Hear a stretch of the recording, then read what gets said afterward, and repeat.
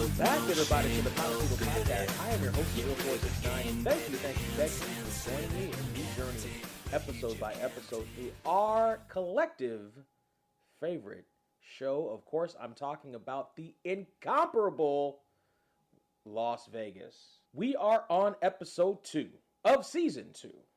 Don't you know that would make this episode, I'm not going to count the episodes, but we're on episode 2, season 2 of Las Vegas. This is the Count of Montecito. Get it? You're going to get it. There's a reason why they call it that. This episode aired September 20th, 2004. This episode has a IMDb rating of 7.7 out of 10, a Las Vegas the series rating of 3.5 out of 5 chips. Now, this one was interesting because when I went to the Wayback Machine, by the way, please support the Wayback Machine. It will help not just this podcast as they archive stuff and find archives of stuff, but it'll help a lot of other websites too. The internet needs to be archived and we need to be able to find stuff because a lot of stuff gets wiped away from the internet. You ever tried to find a link and then you couldn't find it? Yeah, they're just because it's not there's people in the internet that work to kind of try to erase things from the internet, etc. So we need an archive. So support the Wayback Machine if you can.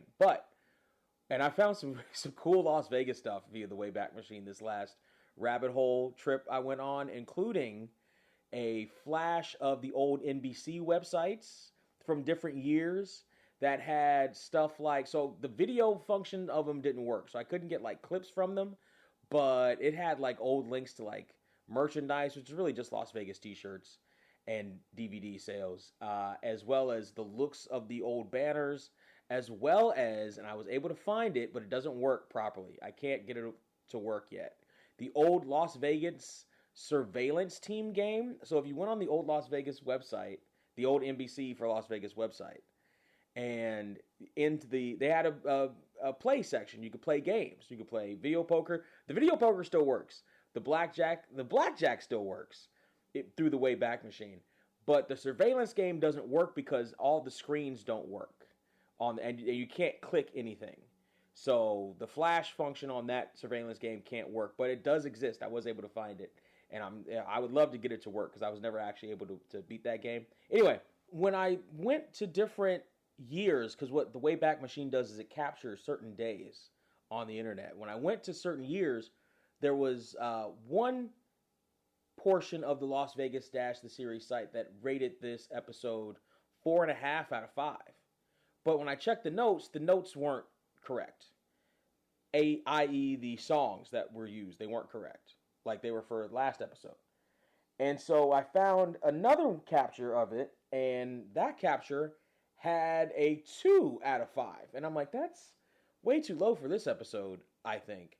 So I was able to find another one that was somewhere in the middle, and it was 3.5 out of 5, and that seemed a little bit more accurate. So we're going to go with 3.5 out of 5. For Las Vegas the series in the Wayback Machine. And Episode Hive has 7.7 out of 10 as well. So that makes the aggregate rating for this episode 7.47 out of 10, or a C grade for this episode.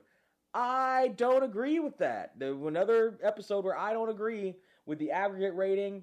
I don't necessarily think I agree with the rating that either of these sites put up. But let's go through it and we'll talk about it. This episode was written by Gardner Stern. We've seen him before. He's written some great episodes, as well as written by Gary Scott Thompson, who, as we all know, he's the Puppet Master! He is the Puppet Master, Sam. Yes, he is. It was directed by Daniel Sackheim. Now, Daniel Sackheim, this is the one and only episode of Las Vegas that he will direct. However, the pedigree of what he's directed there's some that's fairly on par with the tone, at least, of this episode. Daniel's first directorial credit is for Law and Order for 7 episodes, starting back in 91. He's done an episode of Hawaii, another based on a location show that I don't even know anything about. I've never heard of the show Hawaii, but it was in 2004, right alongside Las Vegas. Okay, so I'm looking up this show Las Vegas in real time, and apparently it was created by the same guy who created White Collar. It was on NBC, of all places, in 2004. Drama about a fictional elite crime unit of the Honolulu Police Department headed by veteran detective and local legend Sam Harrison and John Declan, a former Chicago police detective. Now, by the way, that also sounds like Hawaii Five-0, the rebooted Hawaii Five-0. And it was on NBC. I don't like the fact that it was on NBC at the same time either, and it wasn't created by GST. I feel like this didn't help Las Vegas at all, and I feel like Las Vegas didn't help Hawaii at all. I feel like this diluted the... And by the way, we could get a Hawaii show on in 2004, but we couldn't get a New Orleans show on in 2004. Word, NBC? Really? Really? Really? We have a forgettable Hawaii show that nobody even remembers, that I had to really Google to try to find. But you couldn't get New Orleans on with actual memorable characters? NBC. Yo, come on. At the same time, that's actually connected, that actually makes sense, that you could actually do a crossover with, created by the same person so you don't have to pay. Oh, come on. NBC, man. Anyway, Daniel Sackheim did that show, The Traitor. Actually, no, he traded them for us, because he then went on to do this episode of Las Vegas. He moved on up in the world. He then did 7 episodes of House, an episode of Bones, an episode of The Mob Doctor, right? All of those, well, I don't know much about The Mob Doctor, but Bones and House has a dramedy feel, kind of like Las Vegas does, so I can see his style working for those as well as this one. And then, yada, yada, yada, fast forward past 2 episodes of The Walking Dead, and our boy, Mr. Sackheim, does... I might be going around now. Check me out tomorrow. An episode of Battle Creek, Josh Duhamel show. Yes, he does. He also does some Tom Clancy's Jack Ryan, 3 episodes of that. And the last credited thing you could see that Daniel Sackheim has directed was 2 episodes of Lovecraft Country. Everybody seems to like Lovecraft Country. So Daniel Sackheim does have the pedigree, and he does have a mix of being able to do mostly dramas in order to kind of understand the feel of a kind of lighthearted drama like this, as well as some more serious-based dramas. But I like his flow in this episode. So we start this episode with Mary talking about the Montecito and how it's the finest resort in Las Vegas and all the amenities that it has. But we also see Danny in a rush to get somewhere. And so much of a rush that he moves past Nessa, who needs him on the floor for something, I'm sure, that is super serious. But he's got to get to some portion. And so Mary's talking to these 4 gorgeous women about how they can contribute to the finest casino in Las Vegas, and how they can help contribute to the Bella Petto. This is the debut of the Bella Petto, folks. And this place is it's just a magical place. The Bella Petto. But Mary is talking to them, and the one girl decides to pipe up and says, "What do you mean contribute? I thought all we had to do was lay around with our tops off." Yeah. Well, she's right. That is exactly the case. And before we get to that, let's talk about the young lady who mentioned that, because she's going to come up quite a few times in this episode. The actress's name is Rachel Sterling. Rachel Sterling has quite the background for herself. She usually does play the hot chick, or at least she used to definitely play the hot chick. Now I'm sure she's playing the beautiful woman in most of the stuff that she's in now. The first thing you could see her in was Deja Vu 7th Annual Miss Nude Showgirl Semifinals #1 video as Angel Vale back in 1997. She also then stars with Jake in Tomcats as Cherry, with Jake Busey, Shannon Elizabeth, and our own Jerry O'Connell. We are coming up on the first Woody episode, and that's going to be fantastic. I'm going to tell you this right now, though. I just made the decision. It's a crossover episode with Crossing Jordan, don't you remember? And if you want that episode of Crossing Jordan, that's going to be a Patreon exclusive. So, or a paid membership exclusive. Patreon and the other paid forms that you can get access to. So, if you want that, the Crossing Jordan episode, then that's going to be a paid exclusive. But the Woody version, the Woody episode on Las Vegas. That's going to be available in all the locations. She then starred for an episode in VIP. And I have noticed VIP, the Pam Anderson trash Sunday afternoon syndicated show, come up on the casting a lot. So the casting director or manager or something for VIP must have transitioned over to Las Vegas because she brought all her files with her. VIP comes up multiple times, and I think it comes up on some other guest stars in this one too. She does this episode of Las Vegas as Stacy. She then later on goes to do 7 episodes of Reno 911 as Madame Caramel, which I recommend because Reno 911, when it was up until the first movie, up until Miami and Reno 911 in Miami, which was fun. I think that was the last like good Reno 911 thing they did. I haven't seen much of remember Quibi? They did Quibi. I don't know that I'd recommend the Quibi thing, but Madame Caramel. So I'm sensing a trend here. If you've noticed the trend of what Rachel Sterling has played, she then goes on to play Anna and Megan, 2 separate roles in 2 separate episodes of Entourage, which was a show that starred someone connected to Nikki Cox. Yes, that's right. E on Entourage. That, of course, being Kevin Connolly. But that's interesting. I've also noticed the O'Connell keeps coming up. Jerry O'Connell be playing Woody. Kevin Connolly played E and Nikki Cox's brother on Unhappily Ever After and was romantically connected with Nikki Cox on Unhappily Ever After. Nikki Cox then goes on to play Mary Connell. There's a lot of...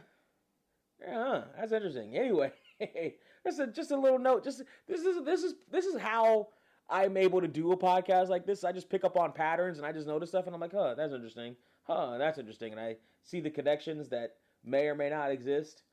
She then goes on, does Rachel Sterling, we're still talking about her, to star in Mercy as an uncredited role with our very own Scotty Kahn. That's right, son of Ed DeLine.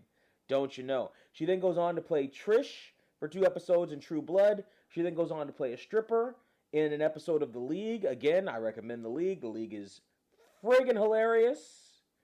The last credited role you can see her in is Empire Queen, The Golden Age of Magic, as Priscilla Prescott, and she's got a couple things in post-production. That's Rachel Sterling. The thread that I'm talking about with her is she plays the hot chick.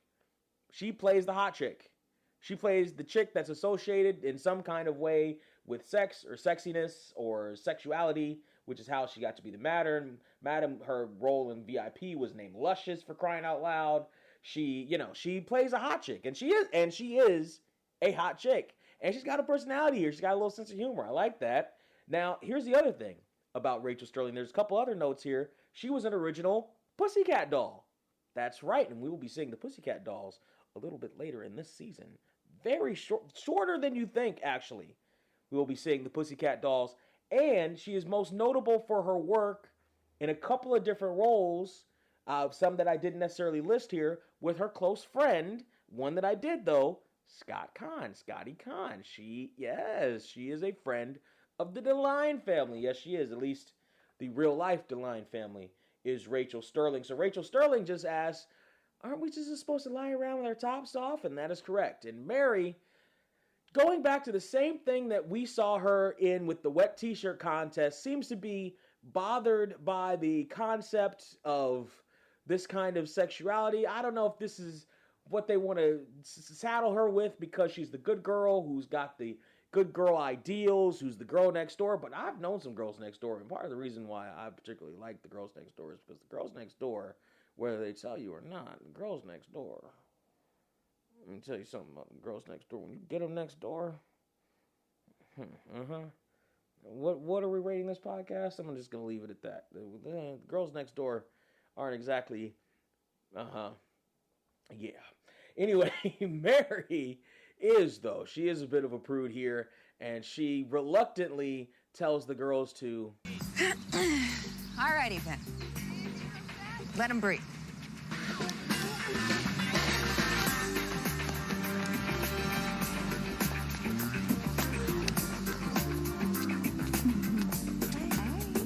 So we see Danny, and oh, this is what Danny was rushing to. He was rushing to the Bello Pedo.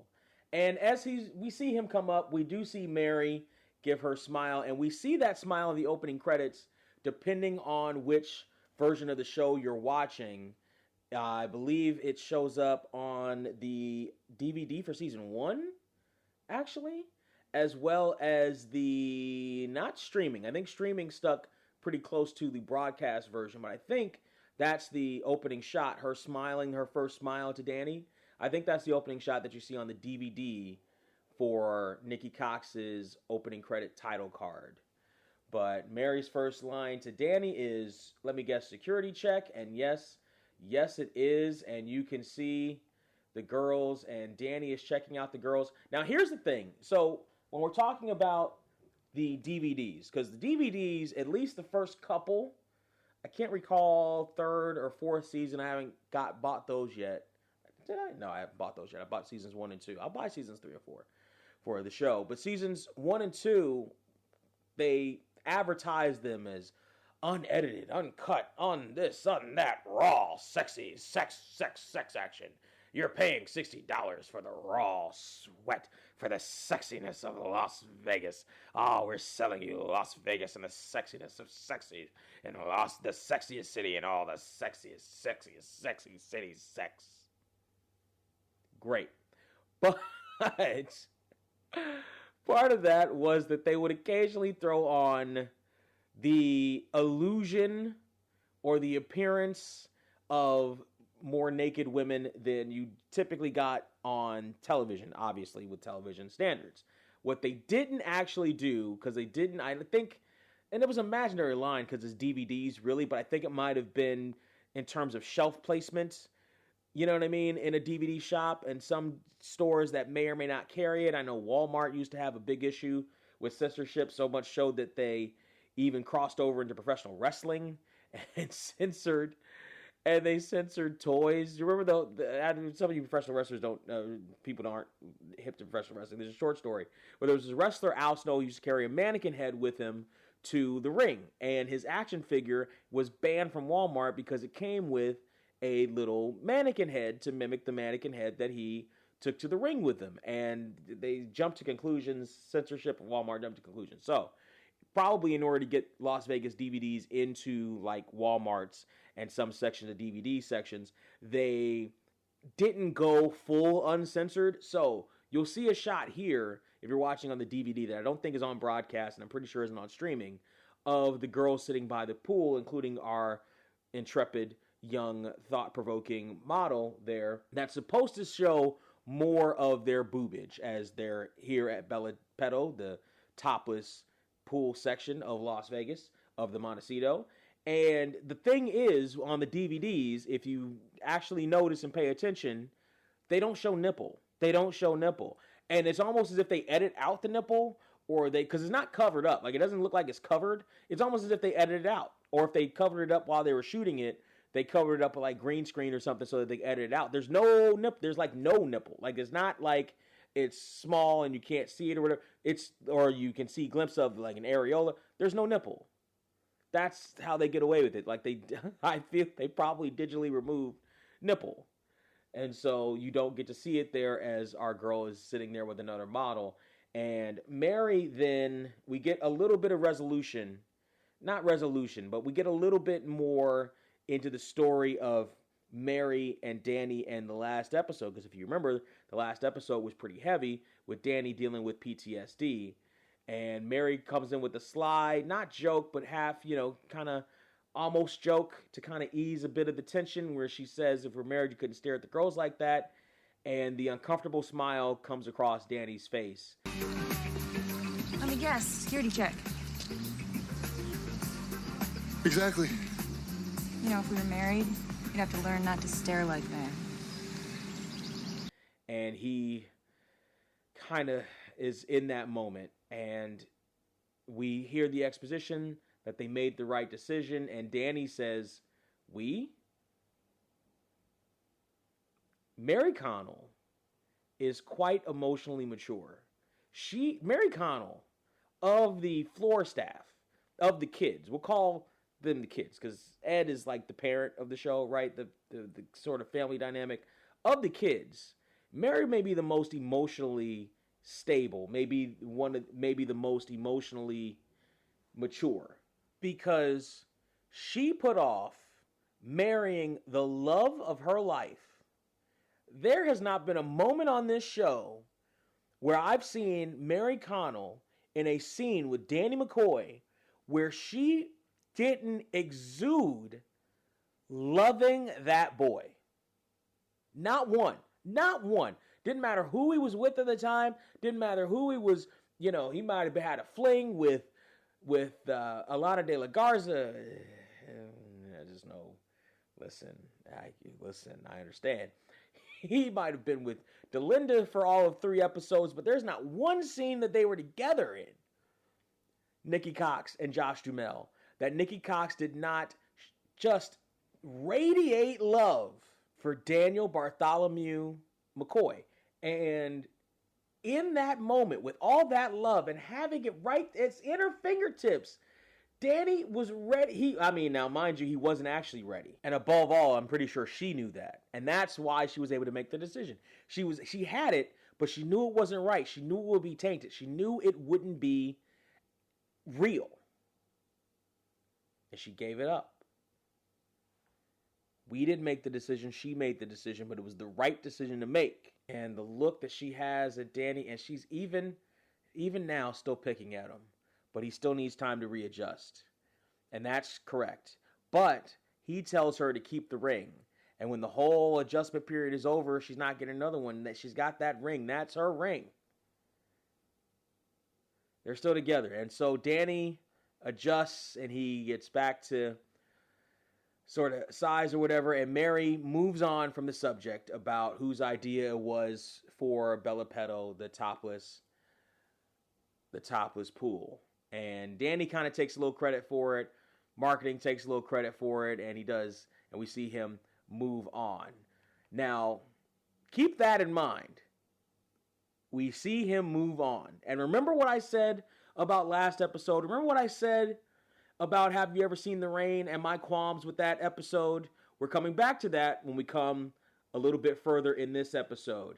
Danny crosses with Mike, who's doing his own security check. Me too. And here we see Sam trying to get away from this archaeologist who is driving her nuts. And he's saying that he's here on a business vacation. And Mike then tries to pawn, or Sam tries to pawn the archaeologist off on Mike and kind of does so, in fact. But the archaeologist wants a seat at the Bella Petto. And wouldn't you know, they are booked weeks in advance. Of course they are. It's the Montecito, and it's a topless pool at the greatest casino in all casinos in all of Las Vegas. Of course they're booked solid. But this guy, he's trying to get into Bella Petto, and we might see that manifest itself later in this episode. He's showing his archaeological knowledge, etc., but that's the most he's able to get. He's talking to Mike in the meantime, and Sam is about to make her exit. We're talking about this guy, and he's going to come back later. He's an actor by the name of Matt Winston. Our boy Matt started his career with an episode of Married with Children as Eugene in 1993, and I'm actually pretty sure I remember that episode. This guy is he's a character actor that I've seen a bunch. So I know you've seen him a bunch, but you may not have registered his face, but I recognize him. Like, that's that guy. I've seen him. Like, I may not have necessarily known where I've seen him, but I've definitely seen him in a whole bunch of stuff. His biggest credit, or at least his most long-lasting, was in Fame LA back in 1997 through 98 as Adam Lewis. Remember Fame LA? That was also one of the early credits of a very distinctive guest star, Christian Kane, a.k.a. Bob from the Strange Life of Bob. Yada, yada, yada. He does the Pipeline. This guy, Matt, does the Pipeline. He does Monk first in 2003, and then he does Las Vegas here as Walker Dortch. He then moves on to do Star Trek Enterprise for 8 episodes. And here's where I really recognize the guy. So, like, I've known him from other stuff, but I really recognize him because in the first few episodes of Scrubs and I guess he comes back at the end. But the first few episodes of Scrubs, he plays an attending that JD has to deal with. I'm a tool. I'm a tool. I'm a tool, an unbelievably annoying tool. Yeah. His name is Dr. Jeffrey Stedman, and I remember him because I remember seeing the first season of Scrubs over and over again on DVDs. If there's one set of DVDs that I probably went through and damaged with how often I played them, almost as much as Las Vegas, because Las Vegas, they were double-sided DVDs, so it was easier to screw those up, but almost as much is Scrubs. So I know that guy from Scrubs for sure. The latest thing you can see him in, he is going to be in, or he's in something called Sensitive Men, which was a short in 2024. He was also in Harbinger in 2015 as Steven, and he's got a couple things in post-production along the lines of hot bath, stiff drink, and a close shave. So all that's in the pipeline there for Matt Winston.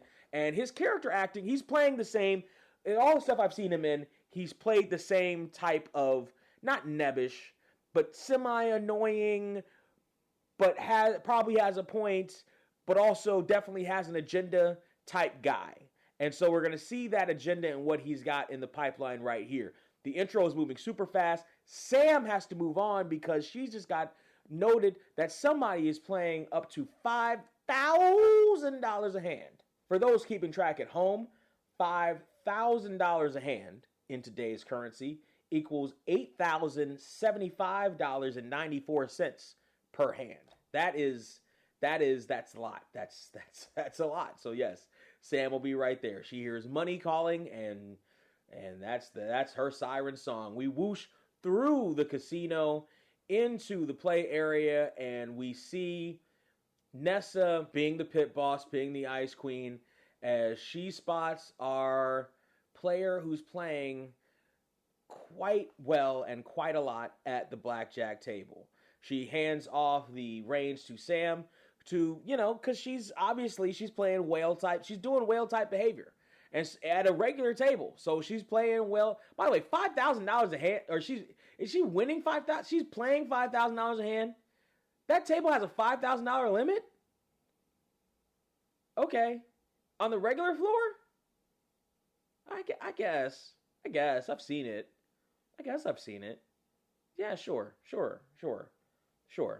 So Sam is trying to avail this young lady to her amenities that she could offer her as the host of the casino there, and this young lady is trying to wave her off. She's sitting there with the player's card, which is legal. You can sit there with the blackjack strategy card or a book if you want to. Now, the other players at the table might not enjoy that, just because some players at the table enjoy a certain speed at the table. They don't necessarily appreciate you thinking too hard about your decision, taking too long to make a decision, and even I think the dealers will sit there. Now, the other players will talk to you. They'll talk to you and they'll give you a little bit of advice. You have to play your own hand, but I've seen it. I've given advice. I've taken advice. Other players, yeah, that's it. Blackjack is another communal game. You're playing against the dealer. So they'll do that, but you sit taking too long with it, and she doesn't take too long. She just kind of scrolls down the list and she plays. And this is another tip. If you take too long to play, just kind of bring a little notice to yourself, including the poker table. Poker's not like you see it on TV, or in movies rather. Not even necessarily on TV. In movies, where people have to think for long periods of time on opening hands or especially opening rounds of tournament. I've done it before. You sit there and you think too long about every single hand, you get pointed out, and the other big players will just big league you out if they can. So, but that's another thing. This young lady is sitting there and she is trying to wave Sam off. She doesn't want the attention. She doesn't want a casino host. She says that she's not interested. This is a lovely young lady, but Sam leaves her card there with her, and she turns back and she asks if she has another casino host, and the young lady says she doesn't even know what a casino host is.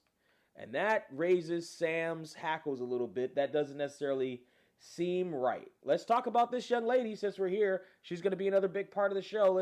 We're running through guest stars pretty quick. This young lady who's playing Lisa Lundquist is her name on the show. The actress's name is Jolie Jenkins. So again, with the alliteration of the last names for this young lady. She started her career with a credited role as Nadia in 1998 on USA High. I brought that up a few episodes back on how terrible that is. Just an it was look at how I find it. She also probably her biggest role, one of the biggest early roles was in Shasta McNasty. I brought that up in an earlier episode too. She was Diana on that show for 21 episodes. Fast forward to Las Vegas here. Fast forward again to 2018, and she is in Alexa and Katie as Jennifer Cooper for 39 episodes. It's my understanding that that's a show that was on Disney Channel or is on Disney Channel or something. Okay. I ditched Disney Channel years and years ago. Her latest credited role that you can see her in, aside from she's got a series that's completed, 11 o'clock number. The latest thing you can see her in is True Detective as Goodman in 2024, but also the Really Loud House universe. She was in the a really haunted Loud House TV movie as Rita Loud, as well as the Really Loud House as Rita Loud, woman, Mrs. Pittman, for 34 episodes. That is Jolie Jenkins, who has just dismissed Samantha Jane Marquez. Ooh, and the Hummingbird is just a little bit taken aback by that one. And Nessa sees and walks away, and we hear, "Oh, Nessa." Fred is back. Fred Puterbaugh is back. I love Fred. This is not the last time we're going to see Fred. Fred is back. I love the fact that Fred is back. And look at that suit on our boy Fred as he comes into frame. And you can see him. He is, and the smile on Nessa's face, the surprise on Nessa's face is Fred. Look at him. He's with the white coat, with the white bod coat, with the kerchief and he is styling. Fred is styling. And even the necklace is good on him too. And I like how they did that. They put a silver necklace on him instead of a gold necklace. I like that. The silver goes better with the white, as well as the blue shirt. That's a good fashion choice there. Now I do wish they had done a little different with the kerchief, because that's a little bit too close to gold. They could have done a blue kerchief there, but I like the fit overall. That's a good fit on Fred and a good fit on John Lovitz. And he comes back and he says, Nessa, that he left with $6 million after his winning streak, and he is more rich now than ever. He comes back and he brings flowers to Nessa, and so much so that he exclaims her name. Well, it's all because of your guidance and your friendship. Oh, Fred, that wasn't necessary. Thank you. Nessa! Sorry. I just want to shout it from the mountaintops. Now, here's the thing, Fred. I would love to shout the name Nessa from the mountaintops, too. That is the name to shout. If you're going to shout any name from the mountaintops, I would give you Nessa. But I will say, little coolness, would you please? So Fred asks Nessa if she knows exactly what he turned the $6 million into, and instead she says $3 million, but he says $14 million, which, if you're keeping score at home, kids, in today's money is $22,631.02. That's what Fred has accumulated over the time that he's left the Montecito. So he is, in fact, filthy rich. And Nessa says she's glad he's doing well, and she gets back to work, or wants to get back to work, but Fred makes his intentions abundantly clear. What, Nessa? This humble, fabulously wealthy man would like to take you to dinner. The most expensive restaurant in town. Beluga caviar. Crystal. Or whatever you want. I'll order 3 or 4 of them. I'm afraid I can't. And you can see the demeanor on Nessa's face change as Fred is laying out his offer, and he's trying to lay out more and more of his offer. I'll order 3 and 4 of them, etc. You can see the demeanor on her face change. And Fred just lays it out after as much of, you don't have to lay it out. There's clues there all over the place that he's laying it out that he wants him some Nessa, and I understand she's, again, one of my favorite queens in the Montecito as well. He has to lay it out to her in plain English that Nessa, don't you see? I have come here to woo you. Oh, Fred. And Nessa clearly is trying to wave him off, and the offer gets more and more diminished as time goes by to the point where Nessa then agrees to a drink, and she's off in an hour, and Nessa and Fred, his reaction is just the epitome of not having any cool. Or a drink, or water. Water with no ice. Just give me a chance. Okay. A drink. I'm off in an hour. Woo! Now the adventure begins. Get some rest. Let's let the dealer shuffle the deck for a second, and we'll be right back. I assume you're interested in large amounts of money. It's Vegas, who isn't? If you like the podcast and you want to help support it, you can send a Cash App, join our Patreon or Subscribe Star, or buy us a coffee. Just search The Podecito on all those platforms.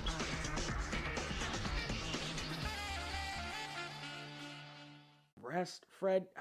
You don't.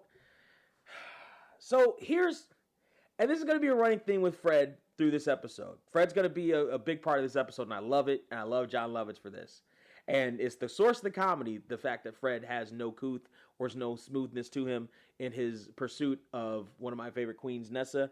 But the question is, and I know in real life and in practicality the answer is no.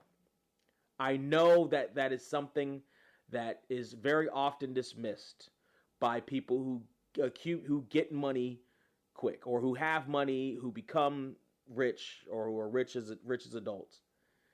There's no Mac Mittens in this man's life. Meaning, there's no consultant in this man's life to, once you reach that money, to keep him grounded, to help improve his coolness. So I've seen it where these guys, these people, these celebrities get money and they try to improve their lives. The most recent example is Lizzo, where Lizzo's got her success now, she's got her money, she's got her fame now, she's had her controversy, and she's trying to change. She's trying to change her life and change for the better, and she is changing. She's lost weight, she's gone working out, etc. She's done an improvement. And we've seen people that once they get an improvement. Another one is going back to Entourage, Jeremy Piven. Jeremy Piven was a successful comedic actor in the 90s, and then he realized, he's like, I need to do some improvements to get better roles, to get different roles, to sort of change some stuff up. So what did he do? He got hair plugs. He got hair plugs and he started going to the gym. And yada, yada, yada. He gets Ari Gold, and the rest for Jeremy Piven is history. And that happens sometimes. What also happens is that you get money and you don't make any improvements. You get some money and you don't fix the things. You know what I mean? Like, we've all, you know what I mean? People like, oh, if I get some money, maybe I'll get some braces, or, oh, if I get some money, I'll get the nose job, or, oh, if I get some money, I'll get a personal trainer, etc., etc. Clearly, Fred hasn't done any of that. He hasn't gotten a personal trainer. He got some new clothes, so I imagine he's gotten some semblance of maybe a semi-style coach. If not, he may have met somebody who, you know, he just came across the right salesman who hooked him up with some good suits. You know, figuring out suit patterns isn't necessarily that particularly hard, but he's got no skill with women. He's got no skill with Nessa. We just sat here and we watched this 30-second interlude, and he came up with this idea for the date, and the deal kept getting diminished and diminished and diminished. That's bad negotiating skills, if nothing else. If nothing else, that's bad negotiating skills. And if anything else, and if what we're looking at is the true personification of what that is, and I'm pretty sure that's exactly what it is, it's our guy has no game. Our boy Fred has no game, and that's a shame, because that's an unfortunate rhyme, but still, I like Fred. We all like Fred. I like Fred. Well, I guess we all don't all like Fred. I saw on Episode Hive that Fred's episode had a relatively low rating, which that's weird to me, but we like Fred, and I like Nessa, and you know, the idea of off kilter-ish semi relationship, you know what I mean, with someone like Nessa is an entire, you know, The whole point of those off-kilter relationships is that you don't necessarily see them coming, but they can sometimes work. But Fred has no skill whatsoever. He's got no game. He's got no game. Even if he didn't get the personal trainer, or even if the personal trainer didn't help him, no nutritionist, no nothing, even if all that didn't work, you could get game. You can get game, Fred. You can learn how to talk to women. You can learn how to talk to people. There's nobody that came to Fred and taught him how to talk to women. He didn't get a professional, we'll call it that. He didn't get a professional. Because oftentimes, with the professionals and the higher class men, that helps alleviate some of that. But I say all that knowing, and I mentioned this earlier, that in real life, it doesn't often happen like that. Elon Musk is a perfect example of that. Elon Musk, with all his money, never learned any skill at all about how to talk to people, how to interact with people. Hell, Elon Musk, I don't even think has the skill to figure out copulation. Because it's my understanding that all his kids are made through artificial insemination. So while he may have a breeding kink, he doesn't have the kink, first part of the kink to actually go through with the fun part of it. So that's how off-kilter, and he doesn't have the money didn't buy any of that connection.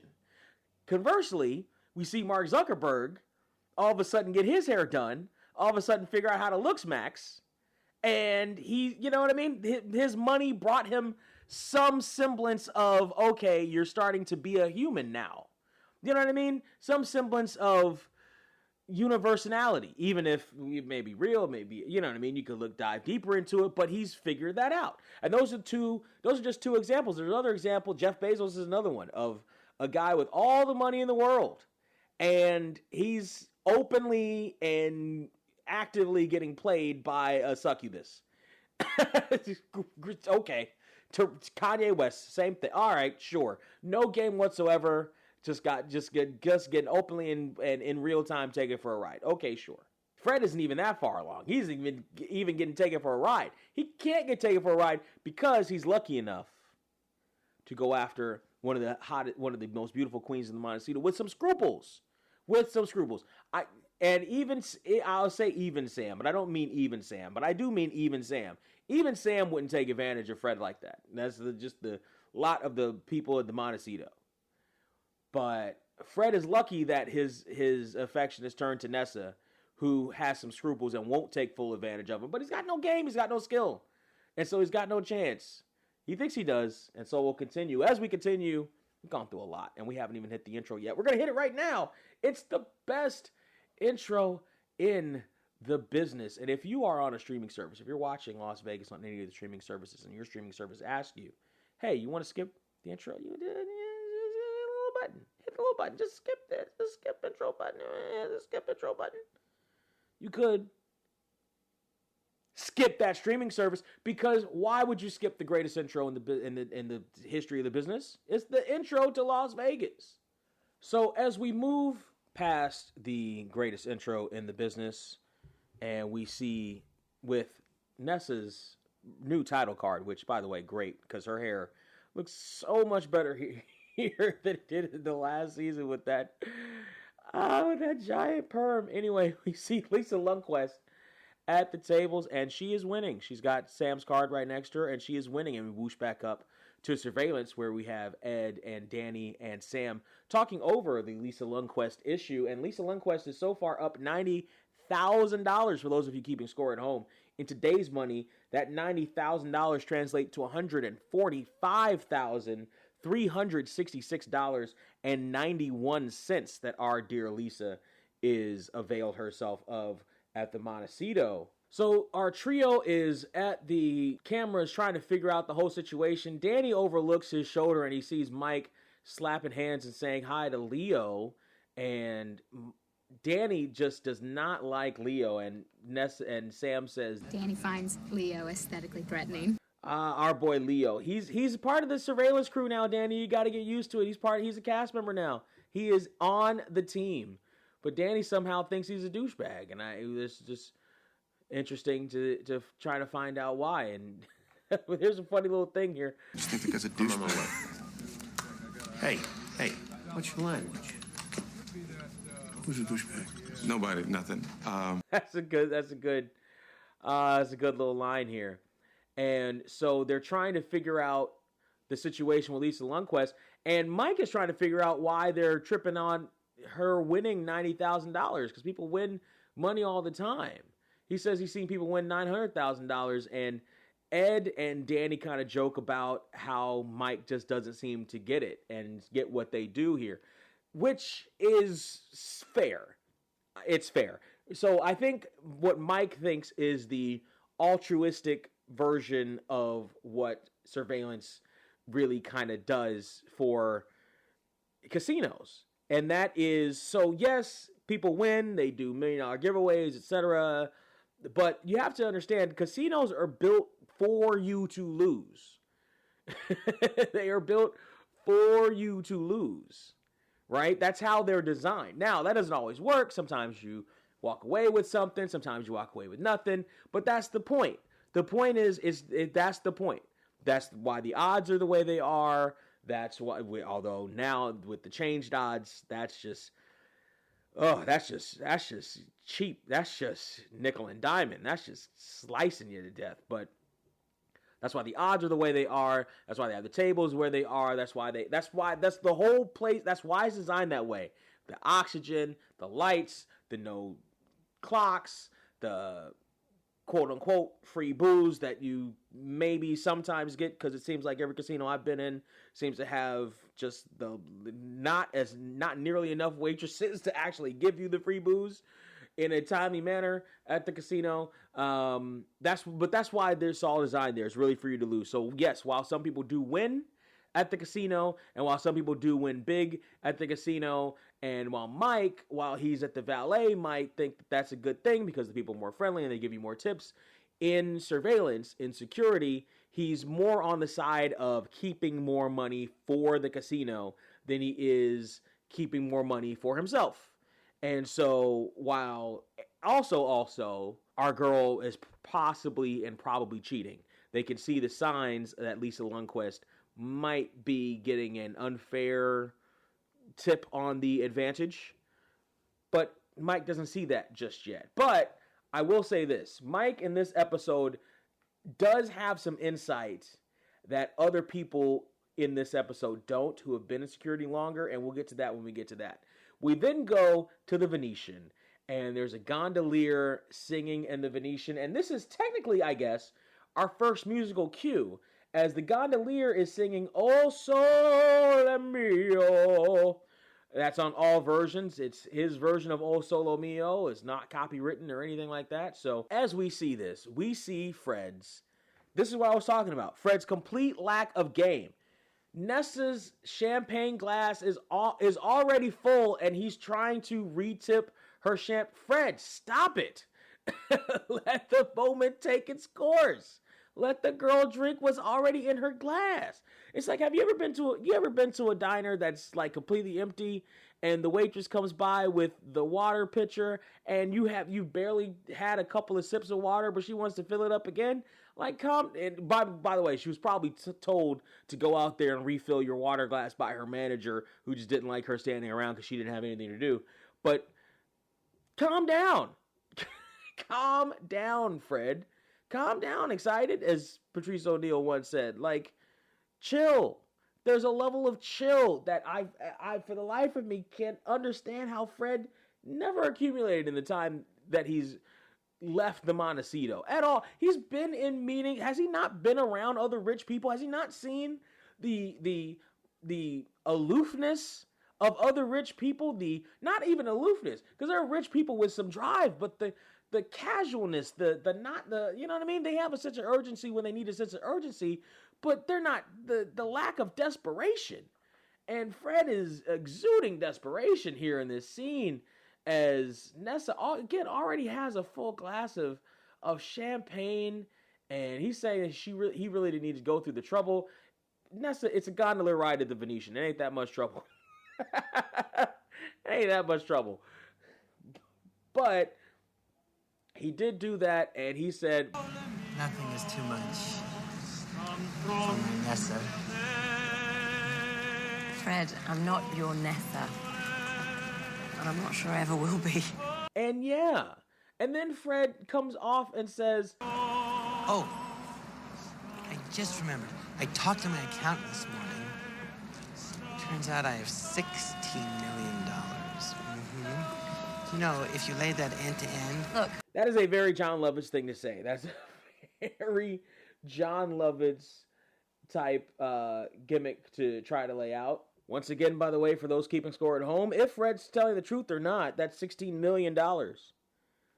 In today's money would translate to $27,026,532.56.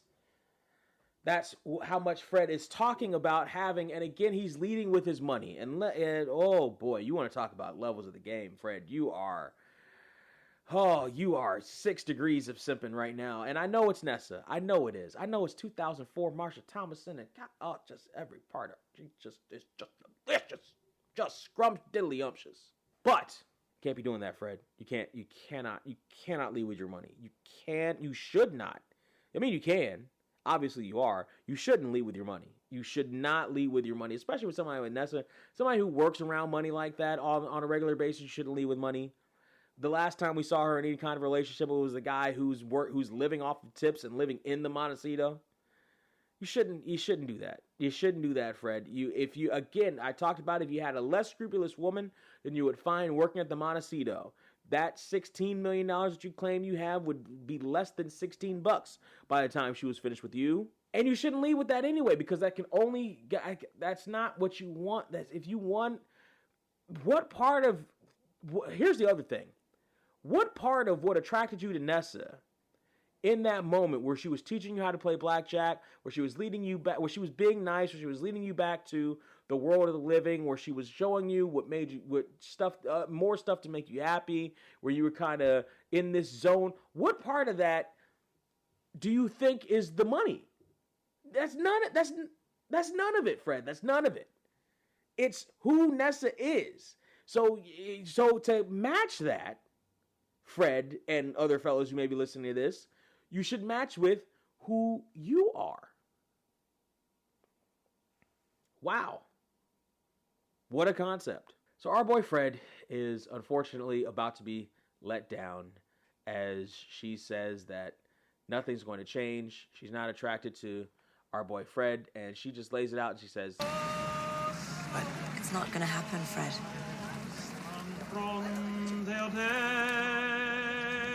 Stop singing! and Nessa and Fred are in the gondolier, and the looks on their face is that's a great take by both those amazing actors. It reminded me, and I recently found on the Throwback TV channel on YouTube, they have old episodes of The Critic, ironically enough. And so I ended up watching the first couple episodes of The Critic, and that's a very Critic, which was John Lovitz's animated show in the mid-90s, 94, I think it was. That's a very Critic way of ending that scene. That's very John Lovitz, right on point. I love it.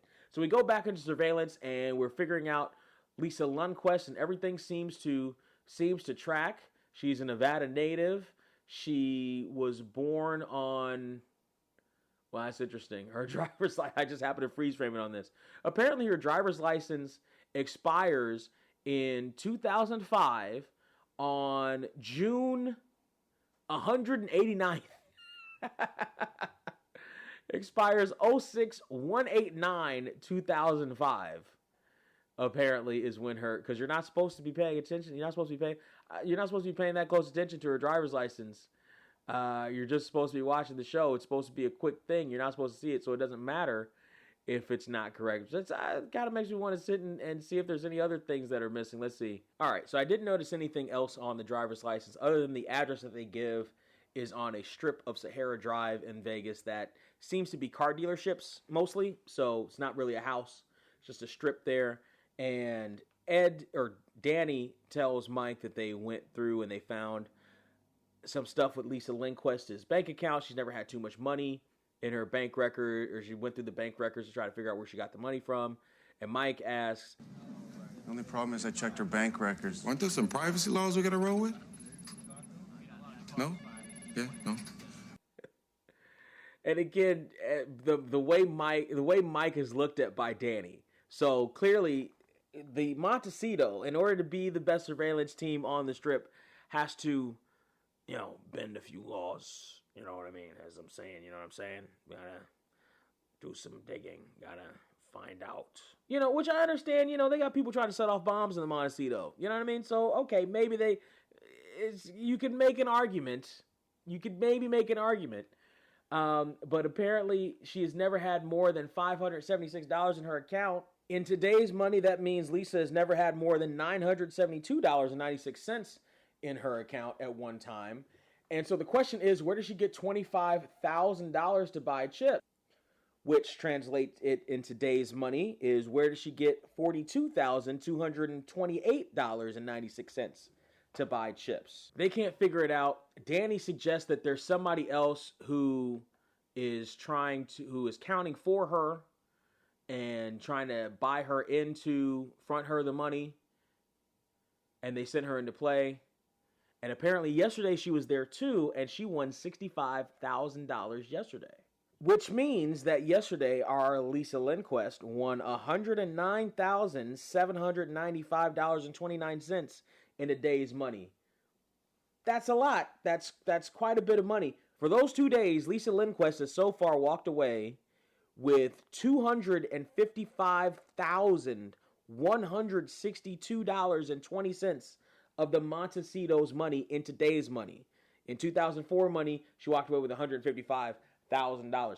That's still a lot in 2 days, and the investigation is still going. Mike comes up with an interesting theory. He says, casinos freaking over card counters has always kind of thrown me.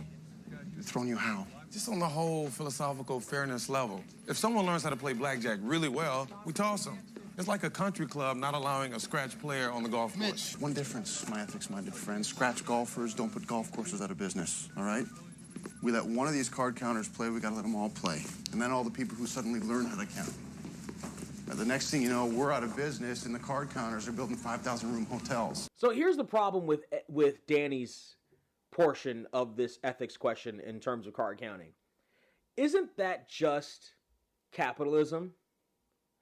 Isn't that just the market, a new player? Isn't that just the milkman going out of business? Isn't that just the Iceman going out of business? Isn't that just DVDs going out of business? Isn't that just the evolution of the market? How is it more fair for casinos to be able to bully people out of being able to, by his own logic, beating the system and building their own casinos with their winnings? These are ethical questions.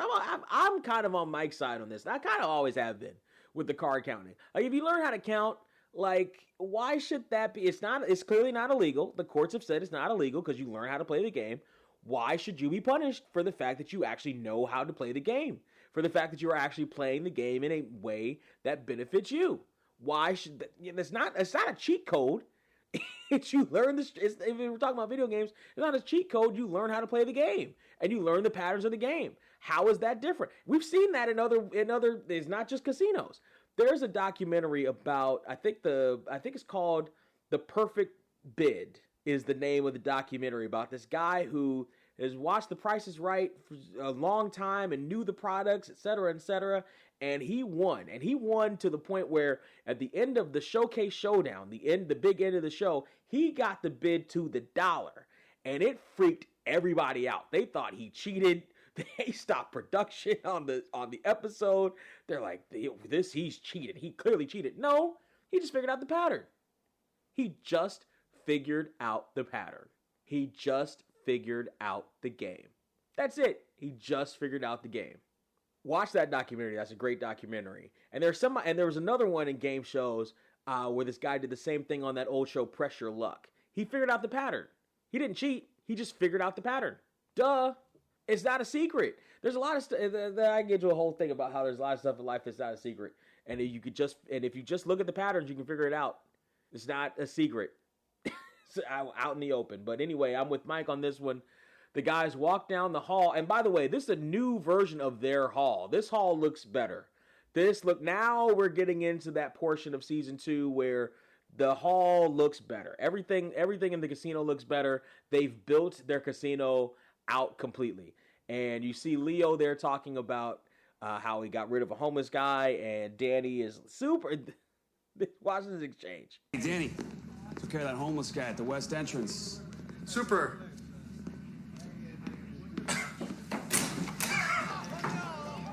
So the cool thing about this exchange is, first off, you can see how Leo picks up on Danny not liking him, even with the disingenuous Super. And that stupid, cheesy look on Danny's face. He didn't have to do that. Danny, you didn't have to do that. You didn't have to be that much of an ass to Leo. And even Mike is like, even Mike just takes it in stride, like, oh my gosh. So we end up going to the Bellapetto, and we see a woman diving into the pool topless. We don't see her front. We see her back. We see another woman swimming in the pool. She's also topless. We see a little bit of her front, again with the nipples. So we see a little bit of her front, and the nipples are there, but they're shot in a way and lit in a way that you can't tell that you only the shape of them, you can't tell by any color, at least on the DVD. If you're watching on broadcast, you probably couldn't even see that. You really couldn't even see that much. And Mary is, and this is the other thing. I talked about it before with the wet t-shirt contest. Mary seems almost disgusted as she's picking up somebody's top in the Bellapetto. And it's like, do you know you're in Vegas, Mary? Do you know you live in Vegas and you're the events coordinator for a large casino? And did you know that you set up the wet t-shirt contest? And did you know the Bellapetto was going to be a topless pool? Did you know all that? This is another song here. This is a production music that plays through the entire thing. Every incarnation of it. Dance, Party Till Sunrise is the lyrics that I can hear. I imagine this is a Universal production song since it's through all incarnations. And we see Danny down by the pool again. And it turns out Ed actually just wanted to meet Danny at the Bellapetto. And we see our girl again, and she asked Danny in a semi-flirtatious way. Wanted to meet me down here. Oh, right. Ed still hasn't done his security check. Hey. Do you work here? Yes. Yes, I do. Take care of that for me. And Mary is on her way out because she doesn't want to be out there. I imagine probably because of the heat, but also because just her sensibilities, seemingly, which is, again, you're in Vegas, Mary. I'm just saying. You're in Vegas in 2004. I'm just saying. So Ed comes down to the Bellapetto, and he gets to see what the hubbub is about. So we see Danny and Ed talk about how they opened the Bellapetto, and the reason why they did is because Mandalay Bay and Caesars opened theirs up. And again, we get one of these shots that is the DVD exclusive, really, of one of the girls rubbing down our other girl with suntan lotion. Both of them are topless. Again, you don't see nipple. And that's by design, but it's just hotter and uncut and sexier and sexy. But we hear about Mandalay Bay and Caesars opening their topless pools around this time. By the way, that's really good advertising for Caesars and Mandalay Bay, which are owned by the same parent company. Of course they are. Both of them do still have the topless pools, by the way, or has they put them on their website? Toptional. I like that. I like that. Toptional pools. And so the Montecito decided they were going to open one of theirs as well. Now, here's the problem. There's a guest who has an unobstructed view of the pool area. And Danny promised Ed that there would be obstructed viewing of Bellapetto. And apparently the guy there is very religious. And every time he looks out his window, he sees all the assets of the people, the guests, and the models at the Bellapetto pool. And so he would like that to be obstructed again. He would like a tree put back in that particular locale. Now, keep this in mind. Keep in mind about the religious guy who has a view of Bellapetto every time he sees his window. He sees these girls and these models, including our own favorite model there, and what he's able to see. Danny is trying to move along, but Ed just wants that tree moved. And we see again another shot of the girls with one of the topless girls. And again, if you're watching on the DVD, this is a perfect example of what I'm talking about. You see almost all of this young lady's chesticles, as some of the kids call them, but there's no nipple. That's on purpose. And we saw this again, and I didn't mention this I mentioned it briefly. But do you remember the Diamond Heist episode? I think it was episode 22. Was it the Big Bang? It wasn't the Big Bang, because the Big Bang, Ed was Family Jewels, 21. It was Family Jewels. And the strippers in the room of the Diamond Merchant. The strippers in the room of the Diamond Merchant have their breasts out, and you do not see nipple, even on the DVD, because it's the DVD. Now, I think on the extras you might be able to see. I don't even think even on the extras you can, but that's the whole point of raw and uncut and sexy and uncensored.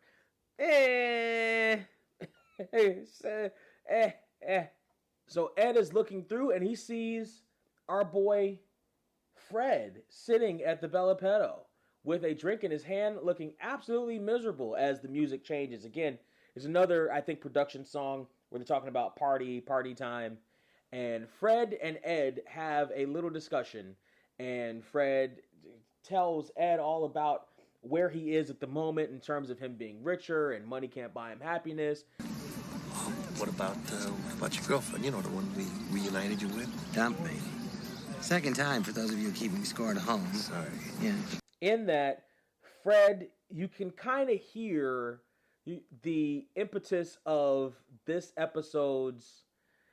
We'll get to this episode's sort of Montecito magic, as Fred tells Ed how he came back to woo Nessa, which is that's a worthy goal. That's a worthy cause. I agree with it. I wholeheartedly understand it from any young-blooded American male's perspective.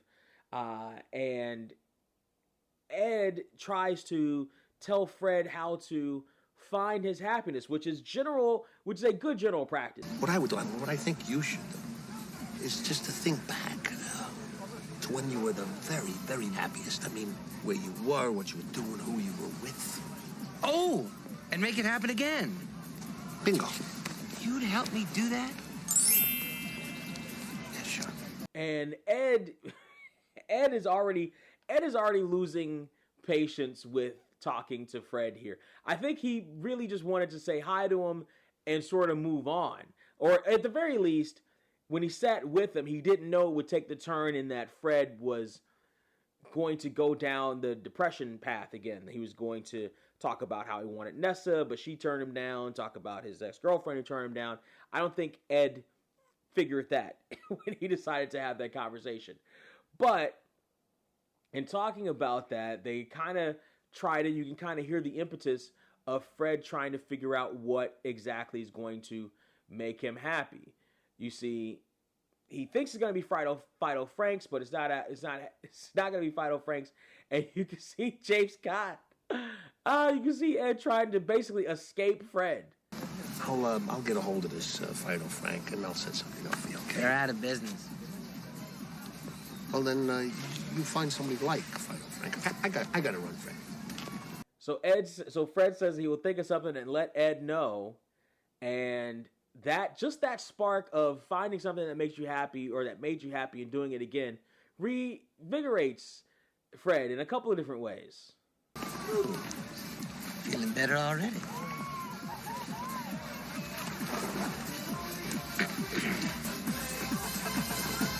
So we're back in surveillance, and as Mike is trying to go over the Lisa Lundquist thing, we see Danny taking a look at Bella Petto and all the girls who are at the Bella Petto pool, and Danny is back to his ogling ways. So this is what I was talking about at the end of the last episode. Have you ever seen the rain? This is why it's a TV trope.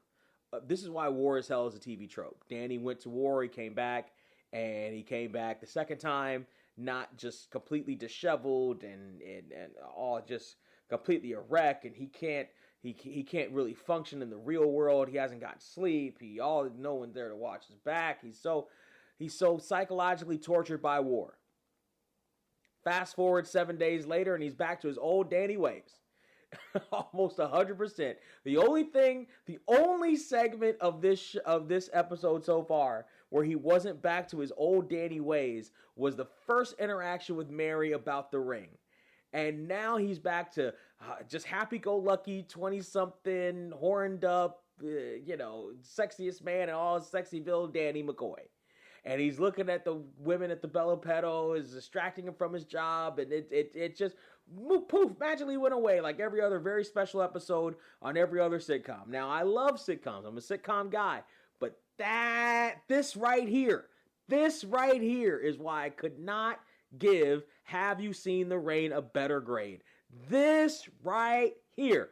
Because, and I know it's a light show, Las Vegas. I know you can't shift the show like that hard, that quick, and you, especially with the main character. And I know all that. I know essentially they wrote themselves into a corner. I know all that. But that's the problem. They wrote themselves into a corner. And so now when you come to the next episode and almost everything's back to normal immediately, it's a disconnect. It's a disconnect.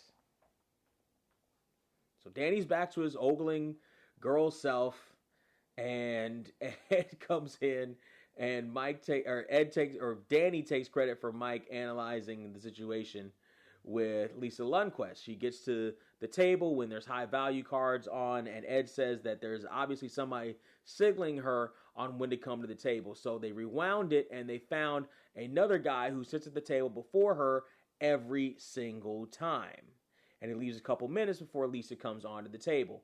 They have no idea who he is, but he's clearly been there before. And the guy is back at the table right now, and they're watching it live. Lisa is at Cup of Joe's, apparently nowhere near the table. She can't see it. She can't hear what's going on at the tables, and you couldn't hear what's going on at the tables if you were at the next table over, even in these casinos.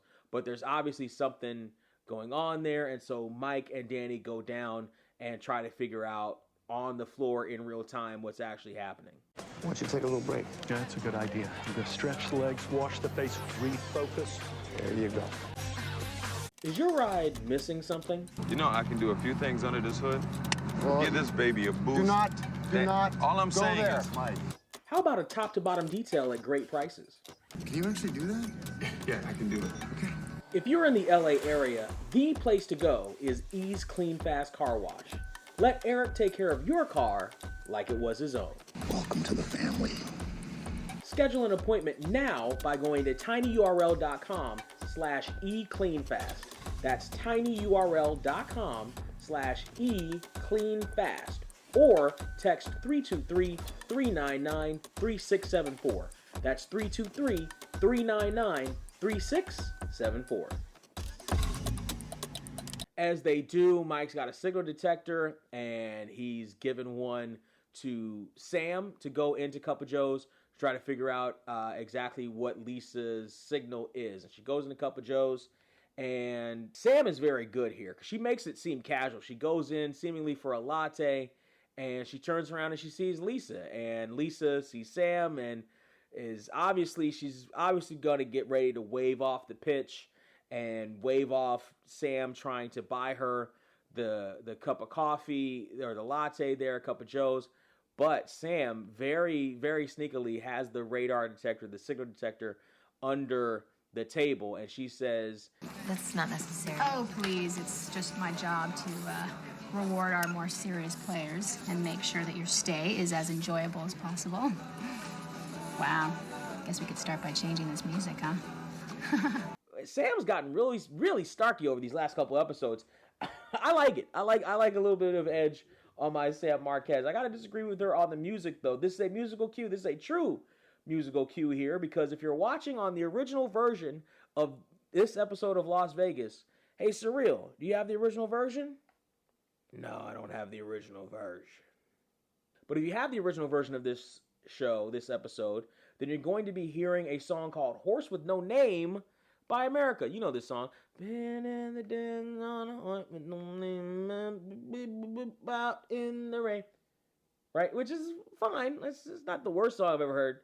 I've heard worse songs than Horse with No Name. If you're watching on the DVD, it's a production song. Can't place it. If you're watching on any of the streaming services, apparently, and I can't hear the song song is called Echoes in the Wind by Peter Leslie Smith. Now, here's why I can't hear this song. And this is happening a lot in trying to research a show this old. And I talked about this before when you go to certain websites or try to find certain things. So apparently the melody may be somewhere on the internet, but the ability to actually hear even a sampling of the song because of whatever website it's on doesn't quite function the way it used to or the way it's supposed to anymore. Somebody's not upkeeping all the files. Nobody goes to it anymore, etc., etc. So whatever site allegedly has Echoes in the Wind, it's not YouTube, it's not Spotify, can't find it anywhere. The site that does have it, I can't actually play it. So it's my guess, it's my guesstimate, because it's come up on all versions, or all of the recording apps that I use to try to find these songs. Apparently it's Echoes in the Wind by Peter Leslie Smith that plays on the streaming service version of the song. So Mike and Danny can't figure out where the signal is coming from. If there is a signal, there's no signal at the table with the guy there, but they can't figure it out. They're going to, though, because Mike says, "You're forgetting something, Danny. There's a new sheriff in town. I'll solve this guy." And Danny tries to wave it off, but this is what I'm talking about when I say, listen to Mike. Mike's on the trail here. Mike gets it. Mike actually gets this portion of it more than the other people in surveillance want to give him credit for. So as Sam leaves Cup of Joe's, there's another song that plays. I can't track that. It's on all versions. It must be a Universal production music. Just snip it. It's too short to even try to really track. So they're going to... Mike is going to sit there and watch this guy while Danny figures out what to do with the tree. So Fred comes into Ed's office, and they have a little sit-down about how Fred can find his happiness again. So Fred tells Ed that he wants to be a bartender at Mystique. Yeah. No. I don't want him waiting in the hall. Just tell him, oh, hell, just send him in.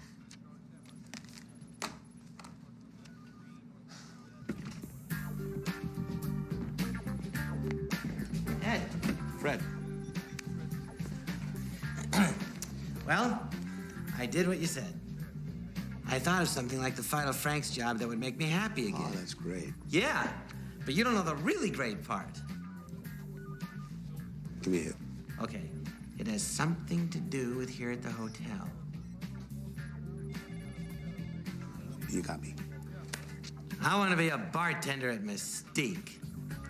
Oh, it's perfect. I love the Montecito. I'll get to see new people and talk to them and give them advice. And might even meet some potential Mrs. Pewterboss. And since you said you'd help me, and you actually run the place, hello. By the way, that's classic John Lovitz, that hello, that I'm pretty sure they may have asked him to do that.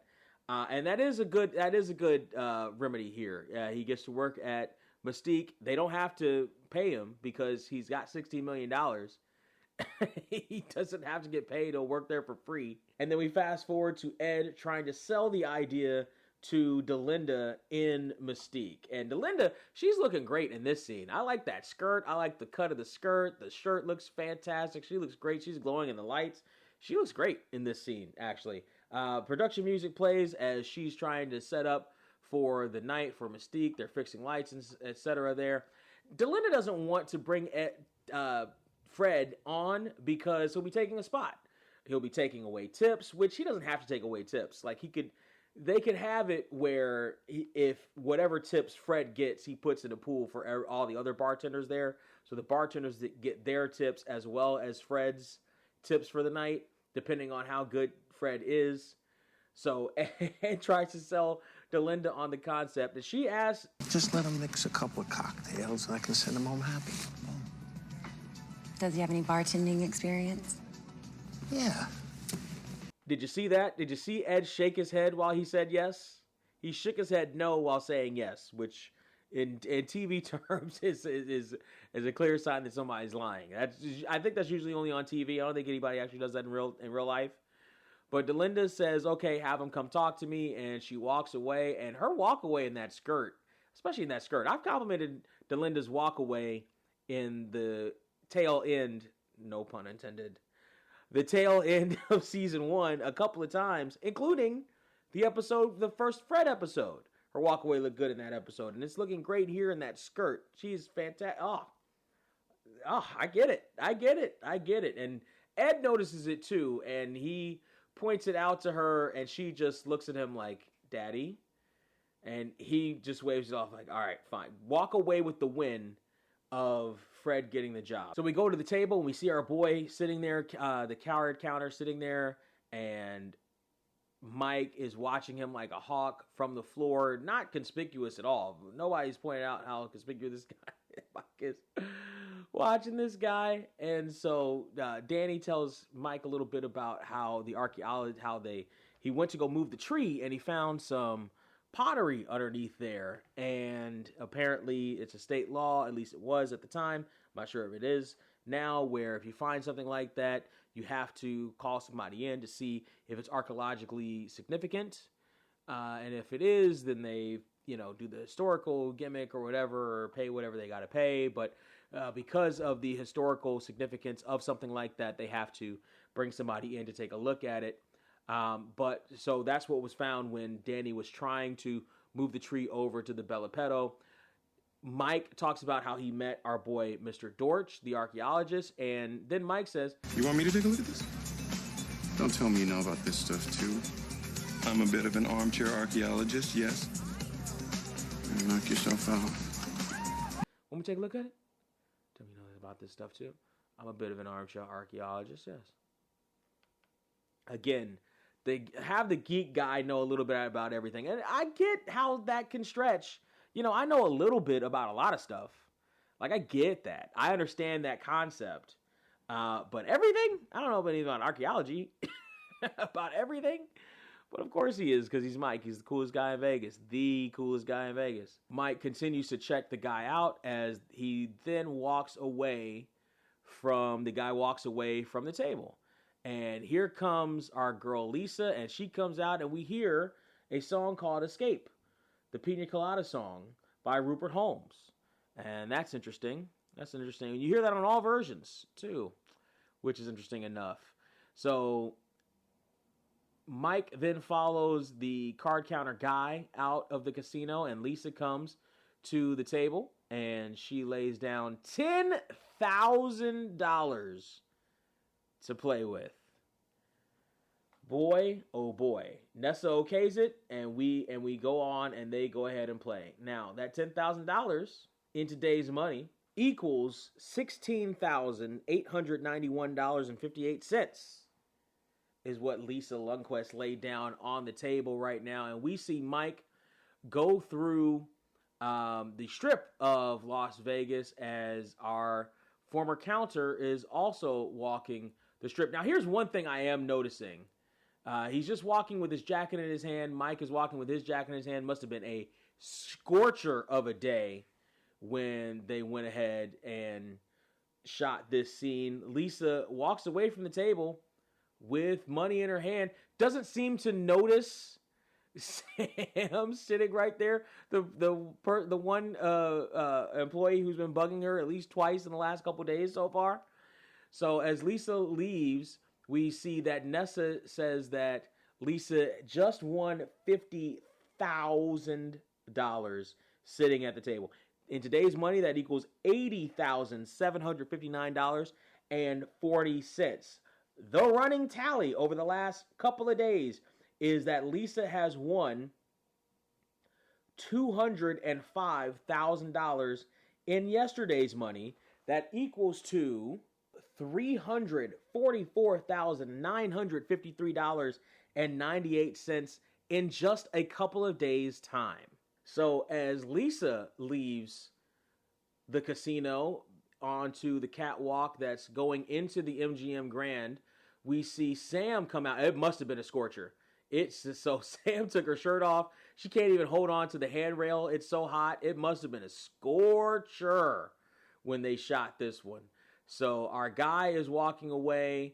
Mike has kind of cut him off and is sitting there following him. It's a nice little espionage sequence that we get here. And Lisa comes into a bookstore. Sam has followed her in, and Lisa puts on her name tag as it's time for her to get to work.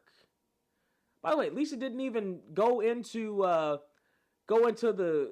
I used to work at a bookstore. She didn't go into the back area and clock in first. She just put her name tag on and started going.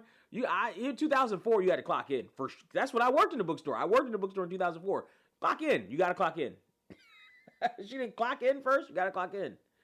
But she puts her name tag on and is about to go to work. Sam leaves her to it, and our boy sits down at one of the fountains over there, and Mike walks right past him in his bright orange shirt across from Treasure Island. And our boy is sitting there, and he's reading The Great Gatsby. As we whoosh down the strip back to the casino, before we do all that, let's talk about who our boy Mikey was following. You've seen his face in a number of places before. I know I have. He's an actor by the name of Spencer Garrett. Spencer Garrett is a third-generation actor with a lot of credits underneath his belt. His first credit is at American Playhouse as Sonny Brewster. After that, I think I first recognized him, and a lot of the Gen Xers might have too. He was Larry Johnson for 2 episodes of Family Matters back in '95. Fast forward, he was a reporter in Ghosts of Mississippi, which starred Whoopi Goldberg, James Woods, and former and future guest star Alec Baldwin. Yes, I really recognized him. He did an episode of Sports Night as Peter Sadler. I remember that episode. And I now am thinking about it. I'm like, oh yeah, that was him. But that's not usually the role I'm used to seeing him in. I'm used to seeing him more stern roles. I'm used to seeing him in more serious, harder core roles. I think in that episode of Sports Night, he played a baseball player or something. Or a high jumper. I think it was a high jumper whose record got beat in that episode, who that record then got beat. Or a runner, I think it's a runner, or a baseball player or something like that. I can't remember. It was a short interview. I talked about VIP. He was in an episode of VIP. The cast director of VIP must have shot over to this show. He was in The Invisible Man. Remember Invisible Man from our boys who were annoying Sam with their practical jokes last season? Yes, he was in Invisible Man for 8 episodes as Jared Stark.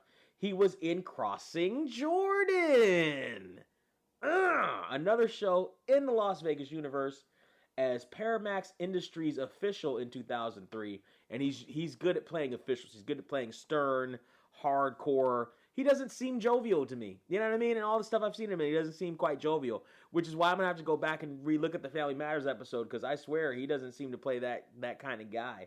In this episode of Las Vegas, he plays Paul Snow. Fast forward a couple years, he plays Edward in an episode of Gary Unmarried, starring Jay Moore.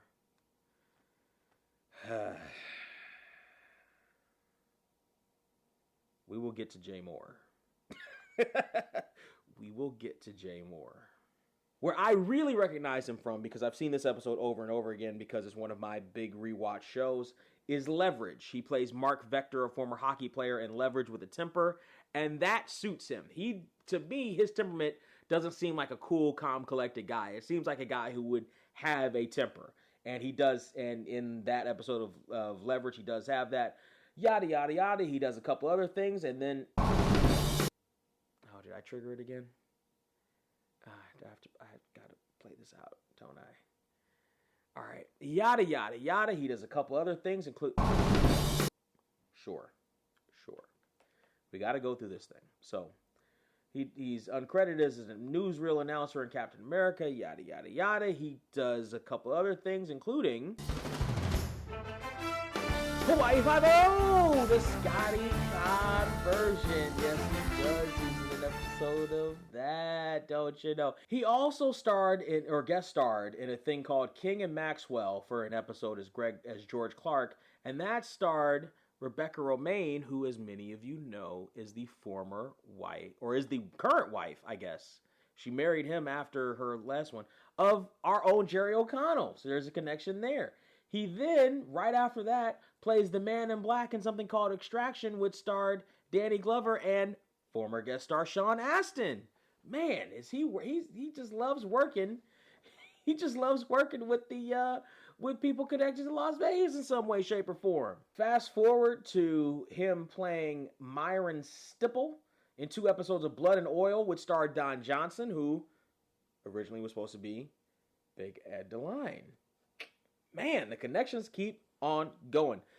He was also Chick Hearn for 17 episodes in Winning Time, The Rise of the Lakers Dynasty, which is where you may have seen him most recently for a lot of you. He's got a bunch of other things in post-production. The latest thing you've seen him in or can see him in is he plays Bill in an episode of Suits LA, which is a spinoff of the remarkably popular Suits franchise. I could talk about Suits. I'm going to talk about Suits just briefly here. I liked it for a while. I started binging it, and then it just got too repetitive for me. I just couldn't understand how the show kept going as long as it did because it got too repetitive. Like, it was everybody in the firm just kept stabbing each other in the back every episode.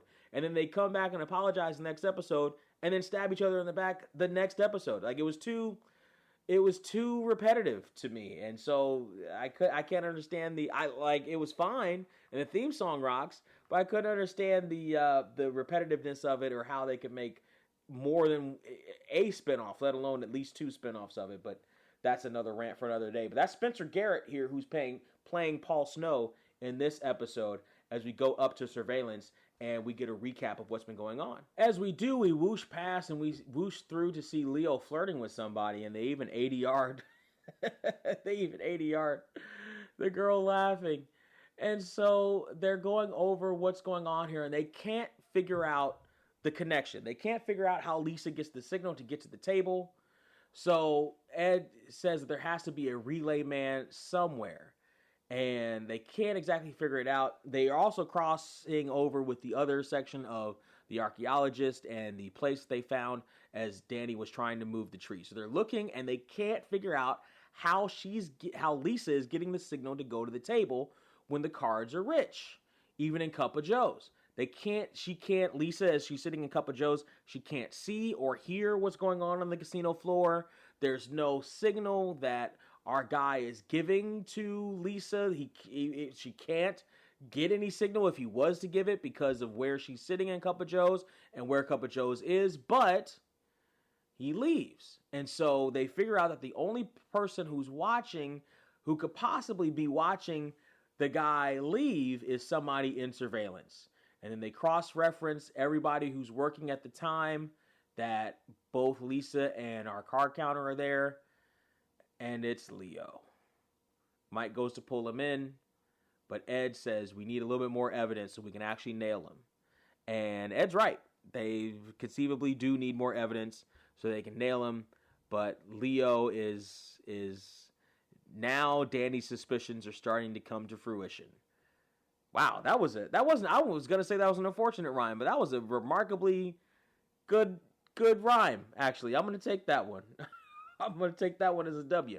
So we go through to the archaeologist as they're trying to move the tree over to that section of the lot there so that they can try to find it. Now, mind you, this is an interesting shot because you can't see any part of any casino anywhere around them. So I'm trying to kind of figure out where this would be on the lot. I'm sure there's a vacant spot somewhere. We can pretend like they're not just in a in a field somewhere. So Danny, being the Vegas guy, so here's the thing. The archaeologist doesn't bring up the fact that he can't get to Bellapetto. Danny brings it up. Danny brings it up as a point of conversation. And the archaeologist said, There is one small caveat. I don't know that I'll have time to do this for you. I have a lengthy Mr. conference Dorsey, for helping us out with this, I'm going to personally make sure that you have a cabana at the Bellapetto for the rest of your stay. Excellent. The archaeologist catches on. He tries to apply a little bit of pressure. Danny says, we'll make sure that you get a cabana at the Bellapetto for the rest of your stay. And boy, suddenly the archaeologist can figure out a way and he can try to help here. But as he does, Danny gets a phone call and he's gonna have to take a leave with the archaeologist, who is going to examine the plate there. And we see Fred's first day in Mystique as he's cleaning the glasses with his breath. You're not supposed to do that, though. And Delinda tells him as such. Don't breathe on the glasses if you have any questions. And that, that's good. That's good. As we're watching this, the musical cue for all versions of this is going to be a song called Paper Cup. It's by John DeFaria, Dafaria, also seen on Fitness Glow album, Glow without the W, all one word, Fitness Glow. So that is the song Paper Cup. It doesn't sound great, but at least to me the song isn't the greatest. But Fred, this is his first time at work, and he goes ahead and IDs the young lady, and Delinda is like, yeah, okay, sure. And then Fred. Fred. Hey, may I see some ID?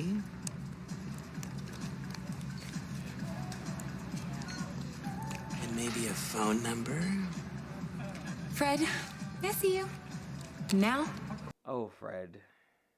Some of this stuff, I'll tell you with Fred, some of this stuff, like this right here, is something that a lot of guys go through when in their adventures with trying to find girls, trying to find chicks, trying to get dates, trying to get hookups, find their Mrs. Right, whatever, is just the experience of doing things badly in real time. Like sometimes you just got to do it. Sometimes you just got to fall on your face. Sometimes you just got to think you're going to shoot the shot and you don't shoot the shot. You know, sometimes you got to reach above your weight class, and Fred, and not even weight class, but sometimes you just got to think that you can just immediately get the thing that you think you want without having to put in any kind of work, without having to develop any kind of skills.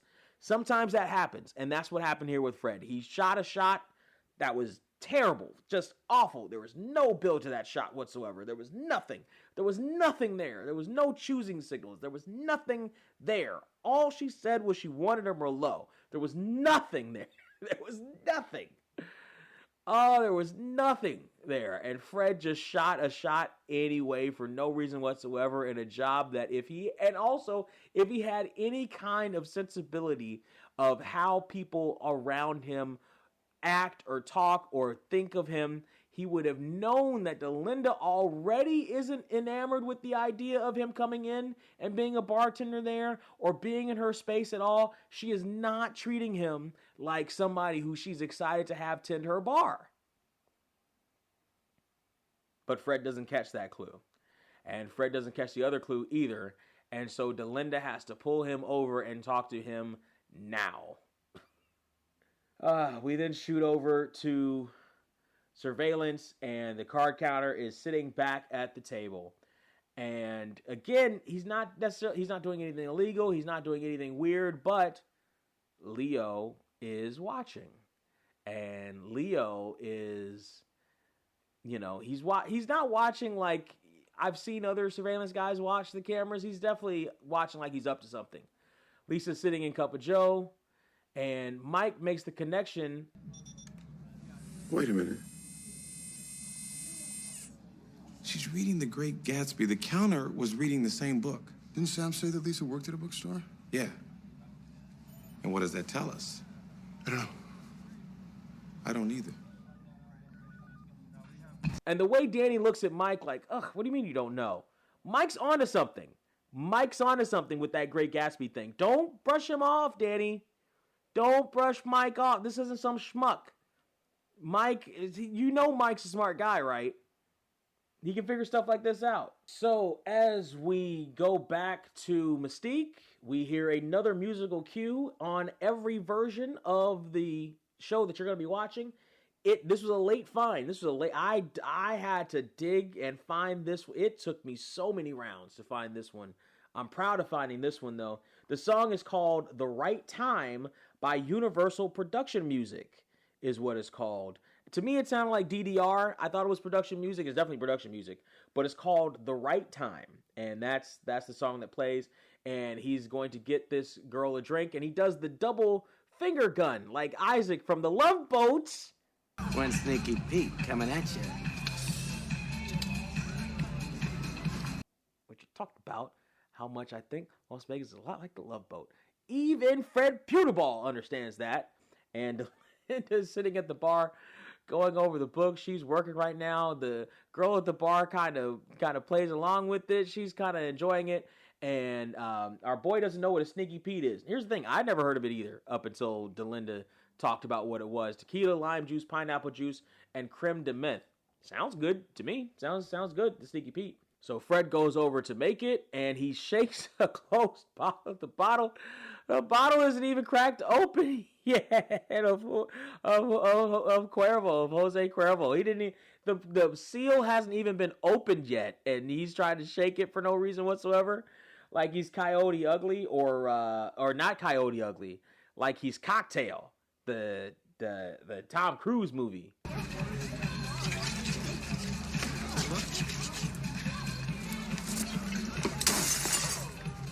So as Delinda comes to clean up the mess that Fred just made on the floor with the Cuervo, he is met with a new customer. It is Mary, my other favorite queen of the Montecito. Looking just amazing, at least in that first shot there. The lighting doesn't flatter her a lot in the rest of the scene, but that's fine, I suppose. She comes up and she asks for a Greyhound. Now, I initially had this question, like, how does Fred not recognize Mary? Well, the first question was, what the hell is a Greyhound? I looked it up as a cocktail. It looks yummy. The second question is, how does Fred not recognize Mary? It's because Mary and Fred had no interactions in Fred's first episode. As a matter of fact, that was the episode that Mary really didn't do a whole lot of anything. The only scene I remember Mary even being in that episode was when the guy came and complained that Harlan Williams stole a chip from him when he was escorting him back to his room. He complained to Mary and to Sam. And that was the last time I remember us seeing Mary in that entire episode. So, and that was the closest that she got to John Lovett. So she wasn't there. She didn't meet Fred Puterball. So they don't know each other. So Mary comes up and her girls are girling, her girls are showing. She's looking like Mary Connell physically in that dress. And Fred, again, Fred, I understand the impulse, because it is 2004 Nikki Cox. It is 2004 Mary Connell. I understand the impulse to just be captivated by her beauty beyond all reason and rationale, but you got to have some, buddy. You got to have some. And you got to have at least a little. At least a little. And so she asks for a Greyhound and she looks at Fred staring at her, and she clearly sees that Fred is not looking her in the eye, because he's not.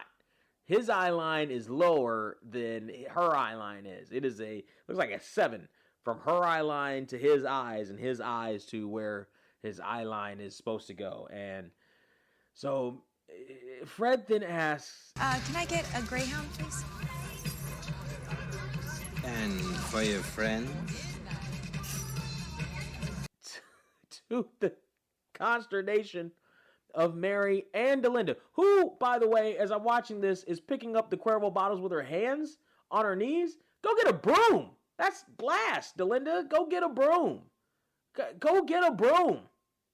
That reminds me. So recently, AEW, the wrestling promotion, came out here to Los Angeles, and I got seats relatively on the floor, but over by the stage area. And one of the matches saw some plastic champagne bottles or champagne glasses get toppled over, and they were down on the floor there. And throughout the rest of the show, everybody kept walking past it, kicking them as they walked past it. And I kept saying, I'm like, does nobody get a broom? Get a broom. Why does nobody get a broom? Get a broom. Why hasn't nobody configured the idea of getting a broom? Get a broom. Why are you just walking? Get a broom. Anyway, we go through the casino, and our counter is leaving the table, and Mike is checking him out. He's saying he's leaving. Danny is the relay man. He's looking at Leo. Leo is definitely watching too, and then all of a sudden, Looks like Leo's watching too. Anyone want anything from Cup of Joe's? Call Sam and see what's happening over there. Hey, it's Leo. I got an order for you. Sam can't hear a phone ring or anything. The phone must be in the back. So whatever the signal is, they can't figure it out. And Lisa, all of a sudden, she's going to get up and leave. And they can't figure out what the trick is, except Sam figures it out. The same song was playing last time she left. Escape, the Pina Coladas song by Rupert Holmes. And so Danny is like, all right, we got to find out who's taking phone orders and who's controlling it. We shoot back to Mystique, and Fred seems to be having a good time now. And Linda's there at the front, and Ed is checking in on our boy Fred. And it turns out Fred is doing all right. Look at the girls at the bar are loving him. They're having shots with him and everything. He's charming everybody. People like Fred. Again, no, because when Fred, I'll tell you what, all the stuff we've seen with Fred and Nessa and Mary and the other girl, and he's got a charm to him. He's John Lovitz. He's got a lovability with him. He's got a likability with him. That's why I liked Fred the first time I saw him. And this is what a coach would probably tell him. He's got to get past that first slot. Once you get past that first, once you get rid of that part and just have the part that people like, now you're in the game, Fred. But Ed's got to pull him. Because you see the problem, one of the things with Fred, his mouth, he kept telling people how much he enjoys his internship and how everybody wants to be an intern. And Ed says, The only problem is he's telling anyone who will listen about his internship. I've had 3 people come up to me already, and they all want their own internship. Oddly enough, the most popular choice is Talent Plate Pelopetto. And so we see Fred talk with a customer who's asking for a Cosmopolitan. Cosmopolitan. And who might be drinking that Cosmo? Me? Well, with all due respect, sir, that's a lady's drink. And Ed sits there and he watches, and we get to see. I like this. We get to see Fred's interaction with this guy and why the customers like Fred. And why Fred, this amazes me. Why was Fred not able to meet his quota at Fido Frank's? That almost makes me think that Fido Frank was probably charging too much, and that's why he wasn't able to make his quota. Like, unreasonably priced, because Fred right now is charming as all get out. Hey, buddy, if I want a Cosmopolitan, you're gonna Fred, please. Ed, baby. Really? Give them in. That's a lady's drink? What do you suggest? J. Kirby's scotch says something to a woman. Yeah, give me some J. Kerbis. Sounds good. Double. Tell you what, I'm with homeboy. Jay Kerbis sounds great. Make it a double. Except Jay Kerbis doesn't seem to exist. I looked it up. I can't find it. I cannot find Jay Kerbis scotch anywhere on the internet. So maybe it doesn't actually exist. Maybe it was made up. Also, remember Mr. Kerbis from the first season? I think that's just a name that they made up because it doesn't actually exist. So Fred is given the bad news by Ed that Fred's own mouth screwed him out of this job, even though Fred was willing to book his suite years in advance. He was ready to be Howard Hughes of the Montecito, but he talked too much. He talked too much. And then there's this great exchange here. Have this on me, please. And we'll talk tomorrow, okay? I promise. Okay. Well, thanks. Hey, where's my J. Kerbis? In my belly. John Lovitz is a national treasure. We don't deserve him. Hold on a second. Let's get a new deck in here, and we'll be right back. Yeah, this shit's a whole vibe. In this bitch the whole night. They be playing both sides. Trusting them. And I stay by my bro side. Can't fuck with the whole type. We be with the whole squad. Can't let them win. Yeah, this shit's a whole vibe. You're listening to Whole Vibe from Jesse Evans' album Space Jam. If you like what you're hearing, you want to hear more, hear it again, or both, just go to tinyurl.com/EvansVibe. That's tinyurl.com/EVANSVIBE. No mic, but I'm shooting and I'm back with a full clip. Pay attention to the flows I'm delivering. Cut off of my bros to my hoes. So we see Sam and Mike, and Danny in Ed's. By the way, they're in Ed's office, which is interesting. But they have to be. They have to keep things from Leo here. And Mike comes in And he tells them that the connection is the book. Remember when Mike spotted The Great Gatsby and Danny was like, what do you mean you don't know? What? Great Gatsby? Mike is on the ball, baby. I'm telling you, the coolest guy in Vegas, Mike is on the ball. They're in a book club together, and that's how they know each other, at least. But there's no connection in the Montecito. They have no way of knowing how the connection is in the Montecito, except now they do with the Pina Coladas song, you see. Leo sees Paul leave the table, calls this guy Tyler down at Cup of Joe's to place an order. Then Tyler changes the music to the Pina Coladas song. So you know he's got problems. You don't like that song? That's a great song. Got Pina Coladas, getting caught in. I love it. I love the camaraderie with Mike and Danny. Man, I love it. I love it. I love it. And them kind of broing out to that. So I want to see the Montecito crew do karaoke. I want to see that. I'll go to karaoke with Montecito crew. Anyway, they can figure that, and we can see that there's no direct communication to pin on them, and that's sharp. And that is sharp, except we're running into the same problem that we've run into with these other heists, aren't we? And that's greed. That is greed. We will talk about that a little bit later, but that is greed. So Danny and Mike go into Cup of Joe's. As they do, we get another musical cue right here. This seems to be a production song. On all versions, the song I'm able to find is just a production song. There's no real title to it, but it says something along the lines of stars will shine for everyone every now and then. There's no actual, that's got to be a Universal production song, but they go in and they talk to the CD guy, Tyler. He thinks it's about screwing up a drink order, but they tell him, no, it's not. Come on. As we're here, we might as well talk about our boy Tyler, because he's going to get into, we're going to see him, he's going to get into a bit of a mess. So our boy Tyler is played by Andrew Revell. Andrew Revell, he's a short IMDb. His first IMDb credit is on Buffy the Vampire Slayer as Timothy for an episode. Fast forward a couple of years, he's got this episode of Las Vegas as Tyler. Fast forward towards the end of at least his credited roles, he's got as the drummer in The Mudman in 2011. That is our boy Tyler. And Tyler is being walked out, and he immediately, as soon as he gets a chance, he tries to run away. He does the thing where he knocks over. He's seen some action movies. He knocks over the change container. And this may be why there's no more change containers, by the way. Although I don't know that this happens a lot. But this may not be why they have change containers anymore. This is why I didn't see them. He knocks over the change container, pulls some people aside.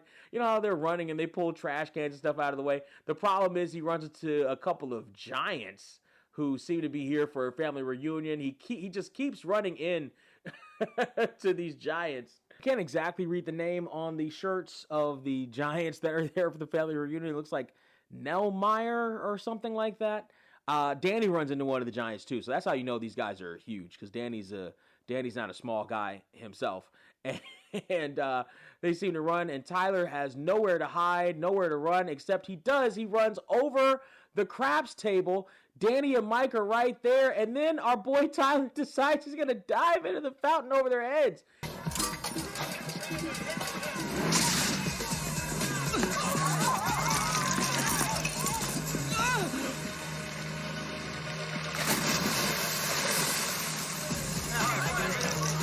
Keep in mind, that's a shallow fountain that has like coins and stuff. That's not a pool, buddy. That's not even 3 feet of water. That's not even 8 foot of water. That's gotta hurt.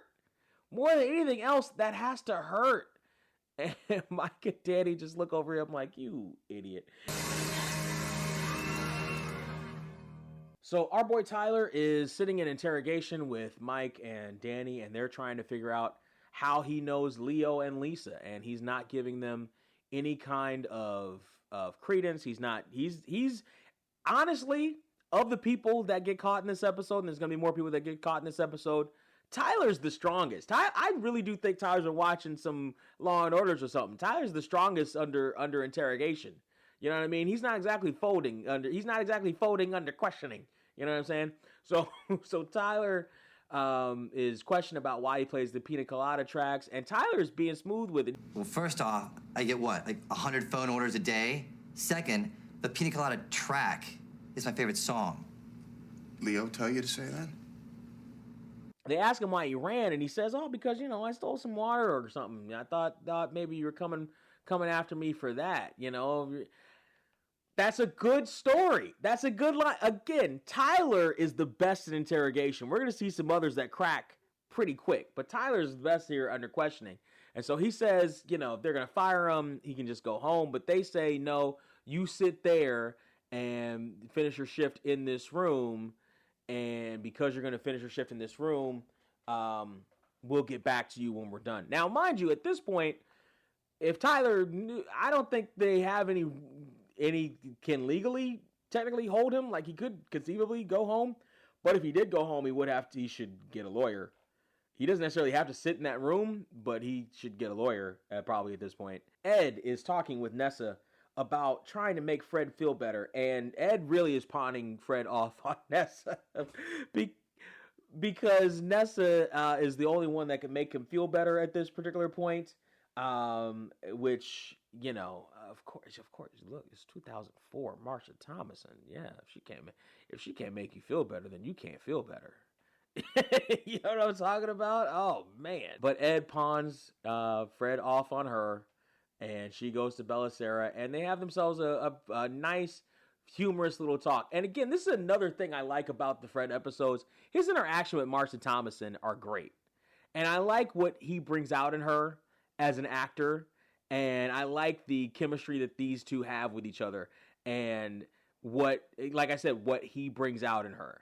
And they sit and they talk, and Nessa tells Fred that he didn't have a shot because she wasn't on the market. Then she lies to him and says that he would be at the top of the list. This line here is classic John Lovitz. See, if I were in the market for a boyfriend, you would be right at the top of my list. You're funny, intelligent, handsome, sexy, hung, all of that.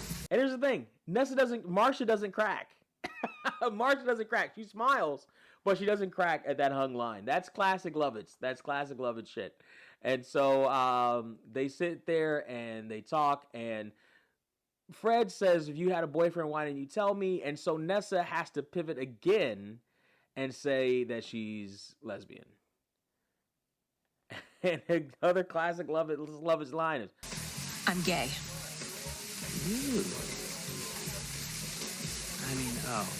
And it's a good interaction between the two of them, even though it's built on a lie. But Nessa says that they can still be friends, and this is maybe the only time that actually works on a guy. And they talk for a second, and then Fred says another classic Fred line and says, beautiful lesbian friend who can give me chick advice and get me tickets to the Dinah Shore golf tournament. Front row. Oh, and then afterward, I can watch you and your girlfriend. No.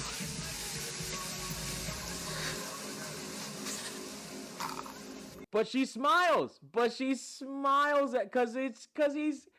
you know what I mean? You can't be mad at Fred. You can't really be mad at our boy Fred. And so our archaeologist is in the conference room with Ed and Danny talking about the place that he found. He says that he found them in people of Ashkenazi origin. Now, looking that up quickly, the Ashkenazis didn't seem to have settled in Las Vegas or Nevada proper, but they were in some surrounding areas, Arizona, New Mexico, Colorado, etc. He goes over a list of sort of what they were as a civilization, etc. Says it was a lost city, etc. Sure.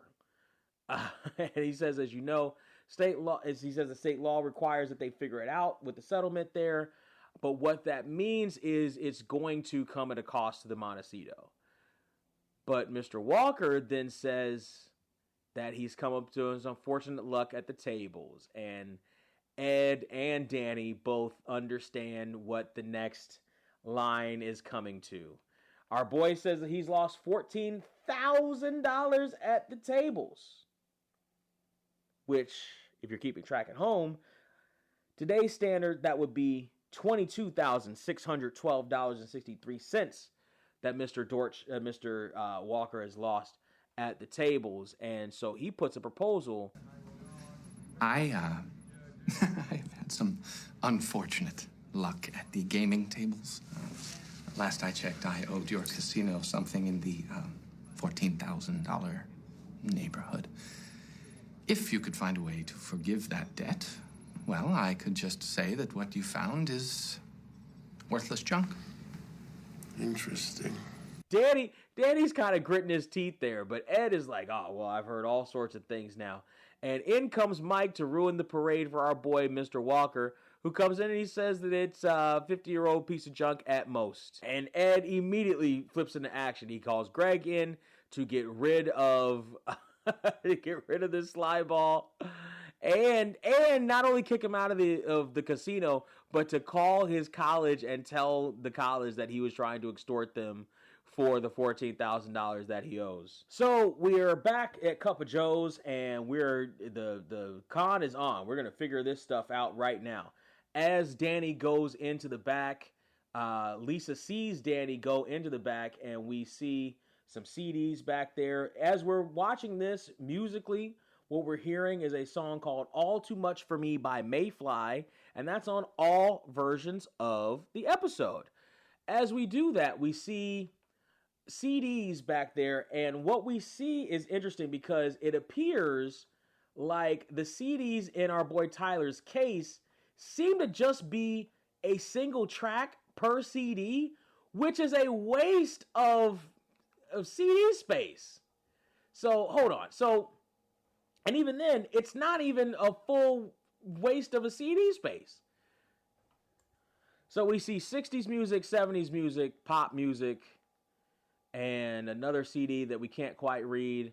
Easy Listening Volume 1, Jazz Mix, and then Pina Colada on just one CD. Like just a whole CD of nothing but the Pina Colada song. What are you doing? What are you doing? Unless you decided to name the mix Pina Colada Mix, man, you are just killing yourself with that. At least it's in there. She's still reading Great Gatsby, but man, you couldn't put how hard is it to just make Pina Colada like track 5 on Tyler's favorite song mix or Easy Listening Volume 5 mix? You know what I mean? What do you do? Track 5 on Volume 5. What are you doing, Tyler? You all the detective shows I'm guessing that you watch, you are screwing yourself here. So Danny plays the Pina Colada song, switching the song immediately, like not even letting the song finish playing. And our girl goes to the table, and she sees her other boy, Paul Snow, there, and she goes up to him and talks to him. She doesn't leave. Clearly something's wrong. So Lisa isn't a career criminal either, or even an amateur. You know what I mean? Because if the plan is I go to the table when Paul's not there, then if I go to the table and Paul's there, then that means I either maybe go back to Cup of Joe's or just leave the casino because something went wrong. Again, something went wrong. How do you sit there and let it, the pilot episode, I'll go back to the pilot episode. They didn't have a code word. They didn't have a bailout situation. They didn't have a backup plan. They didn't have a complete fail-safe of just leaving. How do you not just leave? So Mike is there with the audio, and she hears the conversation that they have, and they do have a conversation. Our boy Spencer Garrett tells her not to follow him, and Lisa does decide she's going to go someplace else. Mike grabs our boy Spencer and takes off, and then Danny catches Lisa. Lisa. You were just in the coffee shop. Yeah, I was. And here's where I'm talking about people folding under pressure. Remember how Tyler was, he stuck to the plan. He stuck to the gimmick in his interrogation. Lisa and Paul, not so much. So Ed is there with his two boys, our kings of the Montecito, and our boy Paul Snow admits to counting cards, which isn't a crime. The most they can do, generally speaking, is kick him out of the casino, saying you're no longer welcome in the Montecito anymore. But Lisa is folding under pressure for sure. Mike comes in and he says that what they're talking about isn't just card counting. What they're talking about is straight up cheating because they're using a device to analyze strategy. Their surveillance camera is a device. The sound system is a device. And Mike or Danny comes in. He's gotten way better at his cop routine here, and he lays down that it's 1 to 6 years in prison. And so they come up with a plan. What do you guys say? They testify against Leo, we let them walk? Testify against Leo and return all the money. And then Leo says he knows people, dangerous people. You're willing to sacrifice 6 years of your life to protect this guy, Leo? You're a devoted little thing, aren't you? But our boy Spencer, he's also like, listen, we'll testify. Just get me out of here. And then we get the story that Leo knew somebody from the book club, and that's how it all came together. Now, we then fast forward to Ed's office, and it's Mike, Danny, and Leo. Ed's not there. Ed's not there for this. And that's interesting. I would have thought Ed would be there for this, for something like this. This is kind of a big matter, but he's not. And here's where we'll get to where Leo fell into trouble here in a second. So Leo comes into the office, and he has a conversation with Danny, and they straight up ask him, did you know a Lisa Lundquist? And Leo says no. What about Paul Snow? No, never heard of him. It's funny. They know you. Lisa and Paul. Oh. Yeah, they're in a friend's book club. They only use first names. Leo, you idiot. Leo, you don't say nothing. Give them nothing. Say nothing. Say nothing. And that, no, I don't know them. I don't know Elisa or Paul. I mean, are they neighbors of mine? I don't know. What's Elisa? Who's Lisa and Paul? Do they work here? I don't know who Lisa and Paul are. Do they work here? Like, or who's Lisa? Who's Paul? Is Paul the dealer, the second shift dealer? Like, shut up, Leo. You idiot. You idiot. And his whole story is somehow falling apart faster than Paul and Lisa's. So they say that Paul knows a little bit about, or that Leo knows a little bit about the card counting situation, and then Leo walks up to Danny, and Mike, being the good lieutenant, he's like, listen, this could get. He follows Leo because like, all right, fellas, get it together, and then Leo starts not spilling his guts, but he starts getting it. Here's his tactic now. His tactic now is to piss off Danny, to make Danny look like the bad guy, to maybe get Danny to like throw a punch and justify Leo just leaving. So he's trying to deflect. It's not a terrible strategy, but he's trying to deflect. But he also isn't putting up any kind of a fight against the accusations. He's just trying to deflect immediately to that. Maybe this is Leo's bail situation is, I already know Danny doesn't like me. Start a fight with Danny, get myself kicked out. What's the problem, Dan? Gotta show everybody G.I. Joe can still cut it back in the real world? Don't make it worse, Leo. You know what? You came back pretty quick. Maybe you couldn't cut it over there. Yeah, right. Hey, all right. And that almost works. It almost works because, and he, by the way, that's a good person to pull that on, because Danny, as we've seen, Danny's not necessarily short-tempered, but Danny still thinks like a high school jock. You know what I mean? He still thinks like the football guy. He still thinks, what'd you say about my fill in the blank? He still thinks like that. It's a halfway decent strategy to pull on Danny. He probably couldn't pull that on Mike. He certainly couldn't pull it on Ed. But it's a halfway decent strategy to try to pull on Danny. And Mike is there to break it up. And then Leo just says he quits. But as he turns around to leave, that's when he's met with Greg the security guy and a detective from Metro. Mr. Broder, you're under arrest.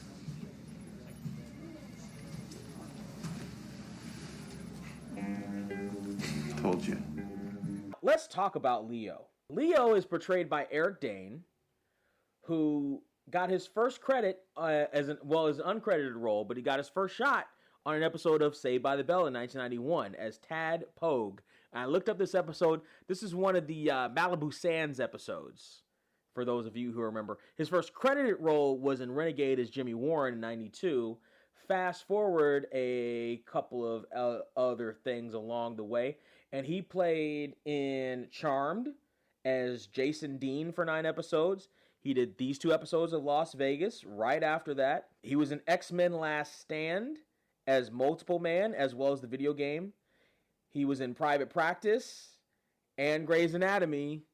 Many of you know who he is. He's McSteamy, Dr. Mark Sloan, for almost 150 episodes of both of those shows.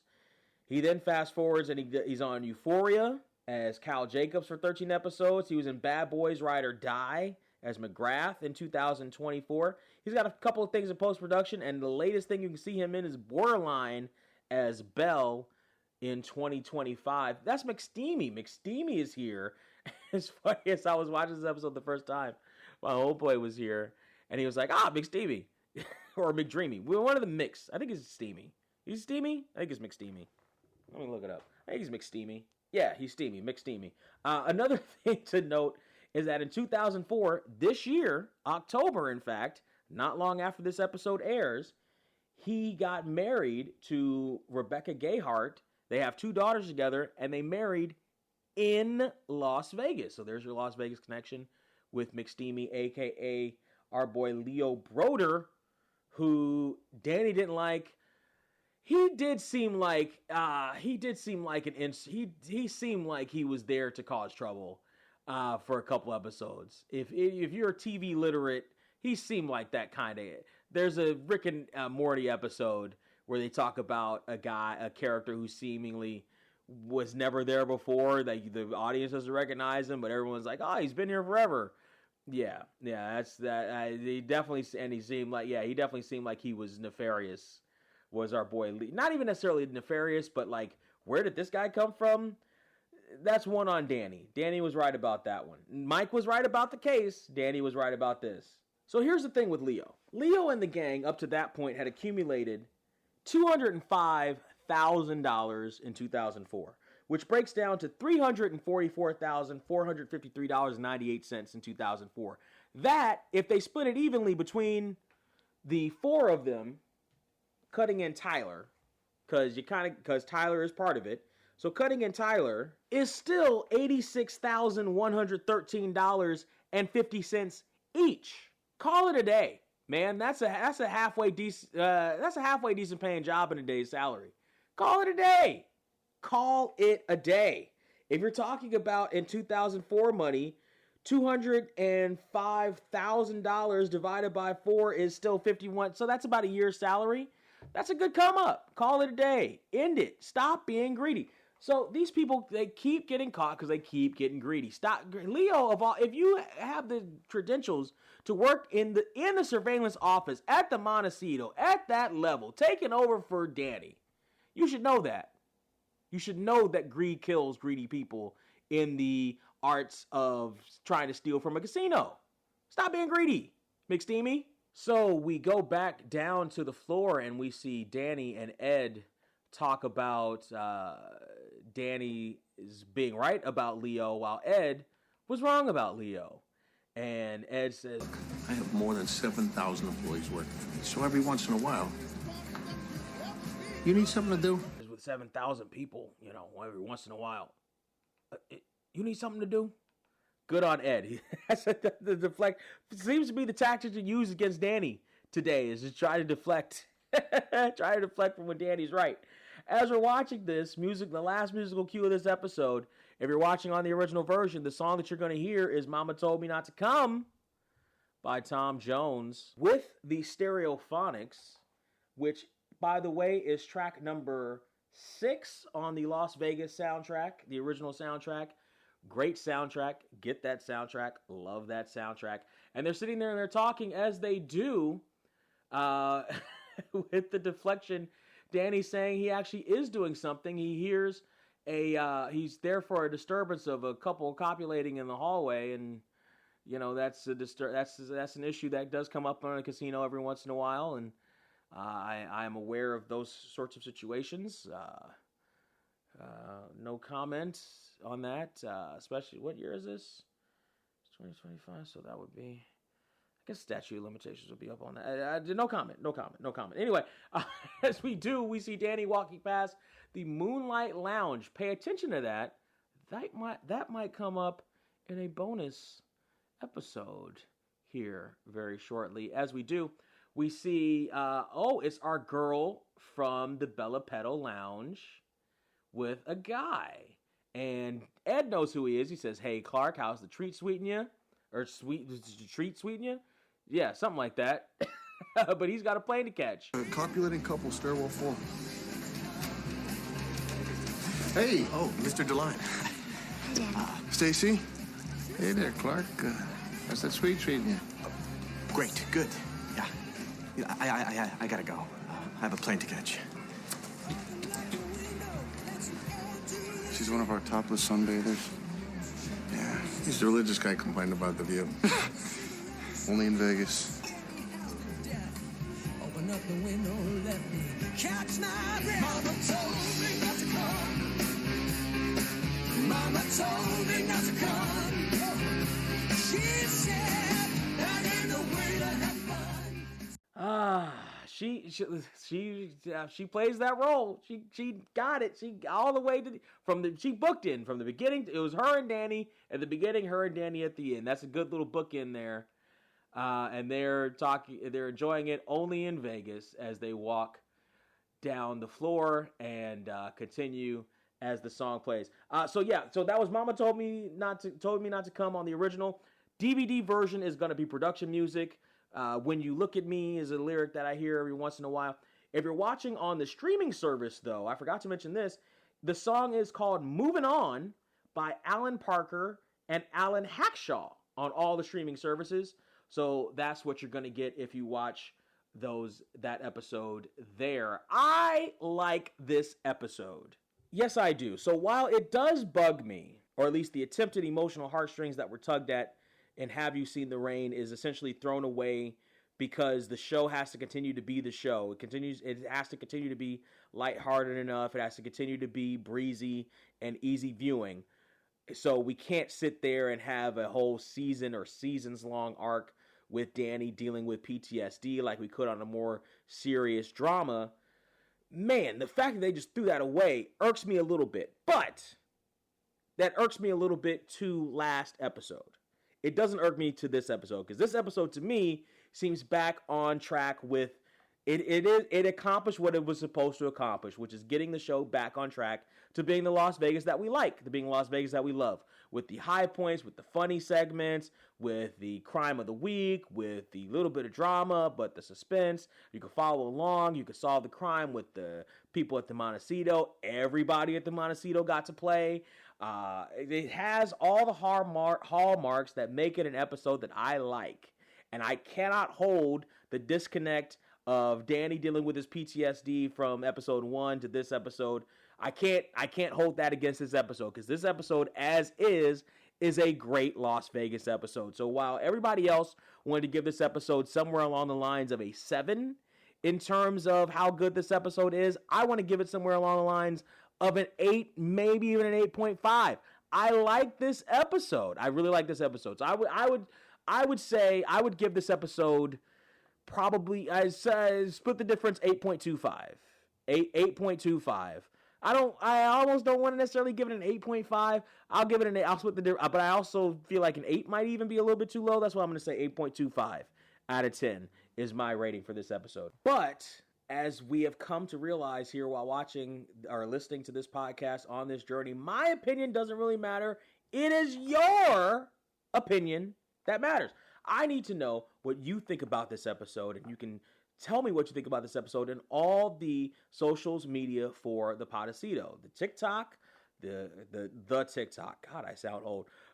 The TikTok page, our account on TikTok. Damn it, I'm gonna stop. I'm not old. You can tell us on TikTok. You can tell us on Twitter. That one I'm not giving up. I'm not calling it X. It's Twitter. You can tell us on Twitter. You can tell us on Facebook, on the Facebook page, or on the Facebook group page, the Las Vegas page. Shout out to you guys.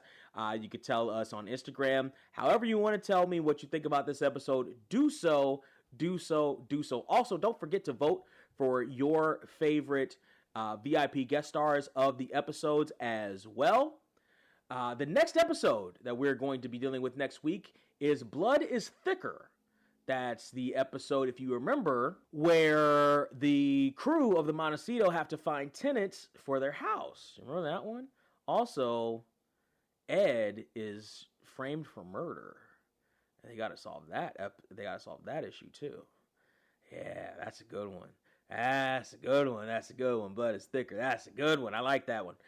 So I can't wait to go over that one with you next week. Before we get to next week, I just want to thank you for joining me on this journey. I want to thank you for supporting. If you want to find a way to support, you can. There's any number of ways you can do it. If you don't have the means to do it monetarily, believe me, completely understand. You can do that by sharing. Sharing is the most important way to help support the Podecito, is to share it on all the social media platforms. Share the posts, share the episodes, share it. Follow, like, subscribe, all the good things. Liking the posts helps with the algorithms, all the different algorithms, helps with the Podecito social blade, which will help in getting more attention to the show and help with getting maybe some more features, maybe some exclusives onto the episodes. So all that helps if you on the social medias, like it, repost it, share it, do all those different things. That's how you can help monetarily. You're also doing a whole bunch right now just by listening to it yourself, and I appreciate that. Commenting also helps. Also, and I think I can go ahead and tell you this, I'm rebuilding the Podecito YouTube page. Slowly but surely, I'm rebuilding the Podecito YouTube page. It's not complete yet. I've got some episodes of the Podecito up on the YouTube of the first season so far. I'm doing it slowly because I'm dealing with the copyright issues of each episode. But I've got those up slowly, and they're working their way up. So that's another way to help support us by liking it. Like the groundwork isn't complete yet, but there is that one. So when that is complete, you'll be seeing links on the social medias. That's another reason to follow along there as well. If you are monetarily inclined, if you can, that's fantastic. You can be a guest for free on the Podecito pages like Angie, or you could be an entertainment manager like Anthony, or any of the other tiers of support that can help with the Podecito. Now, if you want ad-free, and if they are early episodes by audio, that's the $5 tier. If you want by video, that's the $10 and above tier. And all those things help to support the Podecito. We are back. I love being back. Thank you so much for joining me on this journey. I appreciate that. Next week, Blood is Thicker.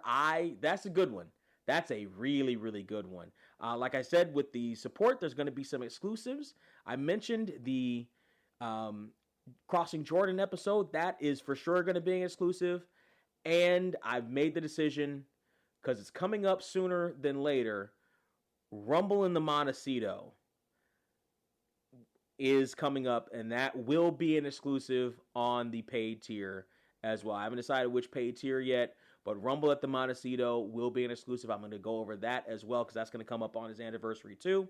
I'm going to come up with that. Also, when the anniversary of the original soundtrack comes up, that I think is going to have to be an exclusive. There's no way I can get that onto, certainly not YouTube. Maybe not Rumble, but certainly not YouTube with the musical clips. So that I'm pretty sure is going to be a paid tier exclusive as well. We go over the original soundtrack. The book, I haven't figured out the book yet. I haven't figured out how I'm going to do the book yet. But we've got, the book is after the first book doesn't officially drop until the end of season 2. And we're just at the very beginning. So I've got some time to think about that, but I am thinking about that. In the meantime, the in-between time, thank you for joining me. If you have any suggestions, let me know on all those social media, including Reddit, all those other pages. In the meantime, in between time, thank you for joining me here on this episode of the Podecito, yours and my, the podcast covering yours and my. In the meantime, thank you for joining me here on this episode of the Podecito. I appreciate it so much. And in the meantime, we will see you next week. And in the meantime, the in-between time, if you like Pina Coladas, getting caught in the rain, if you're not into yoga, wrong thing.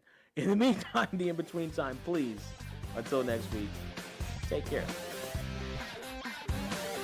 No guilt, no shame, no pity.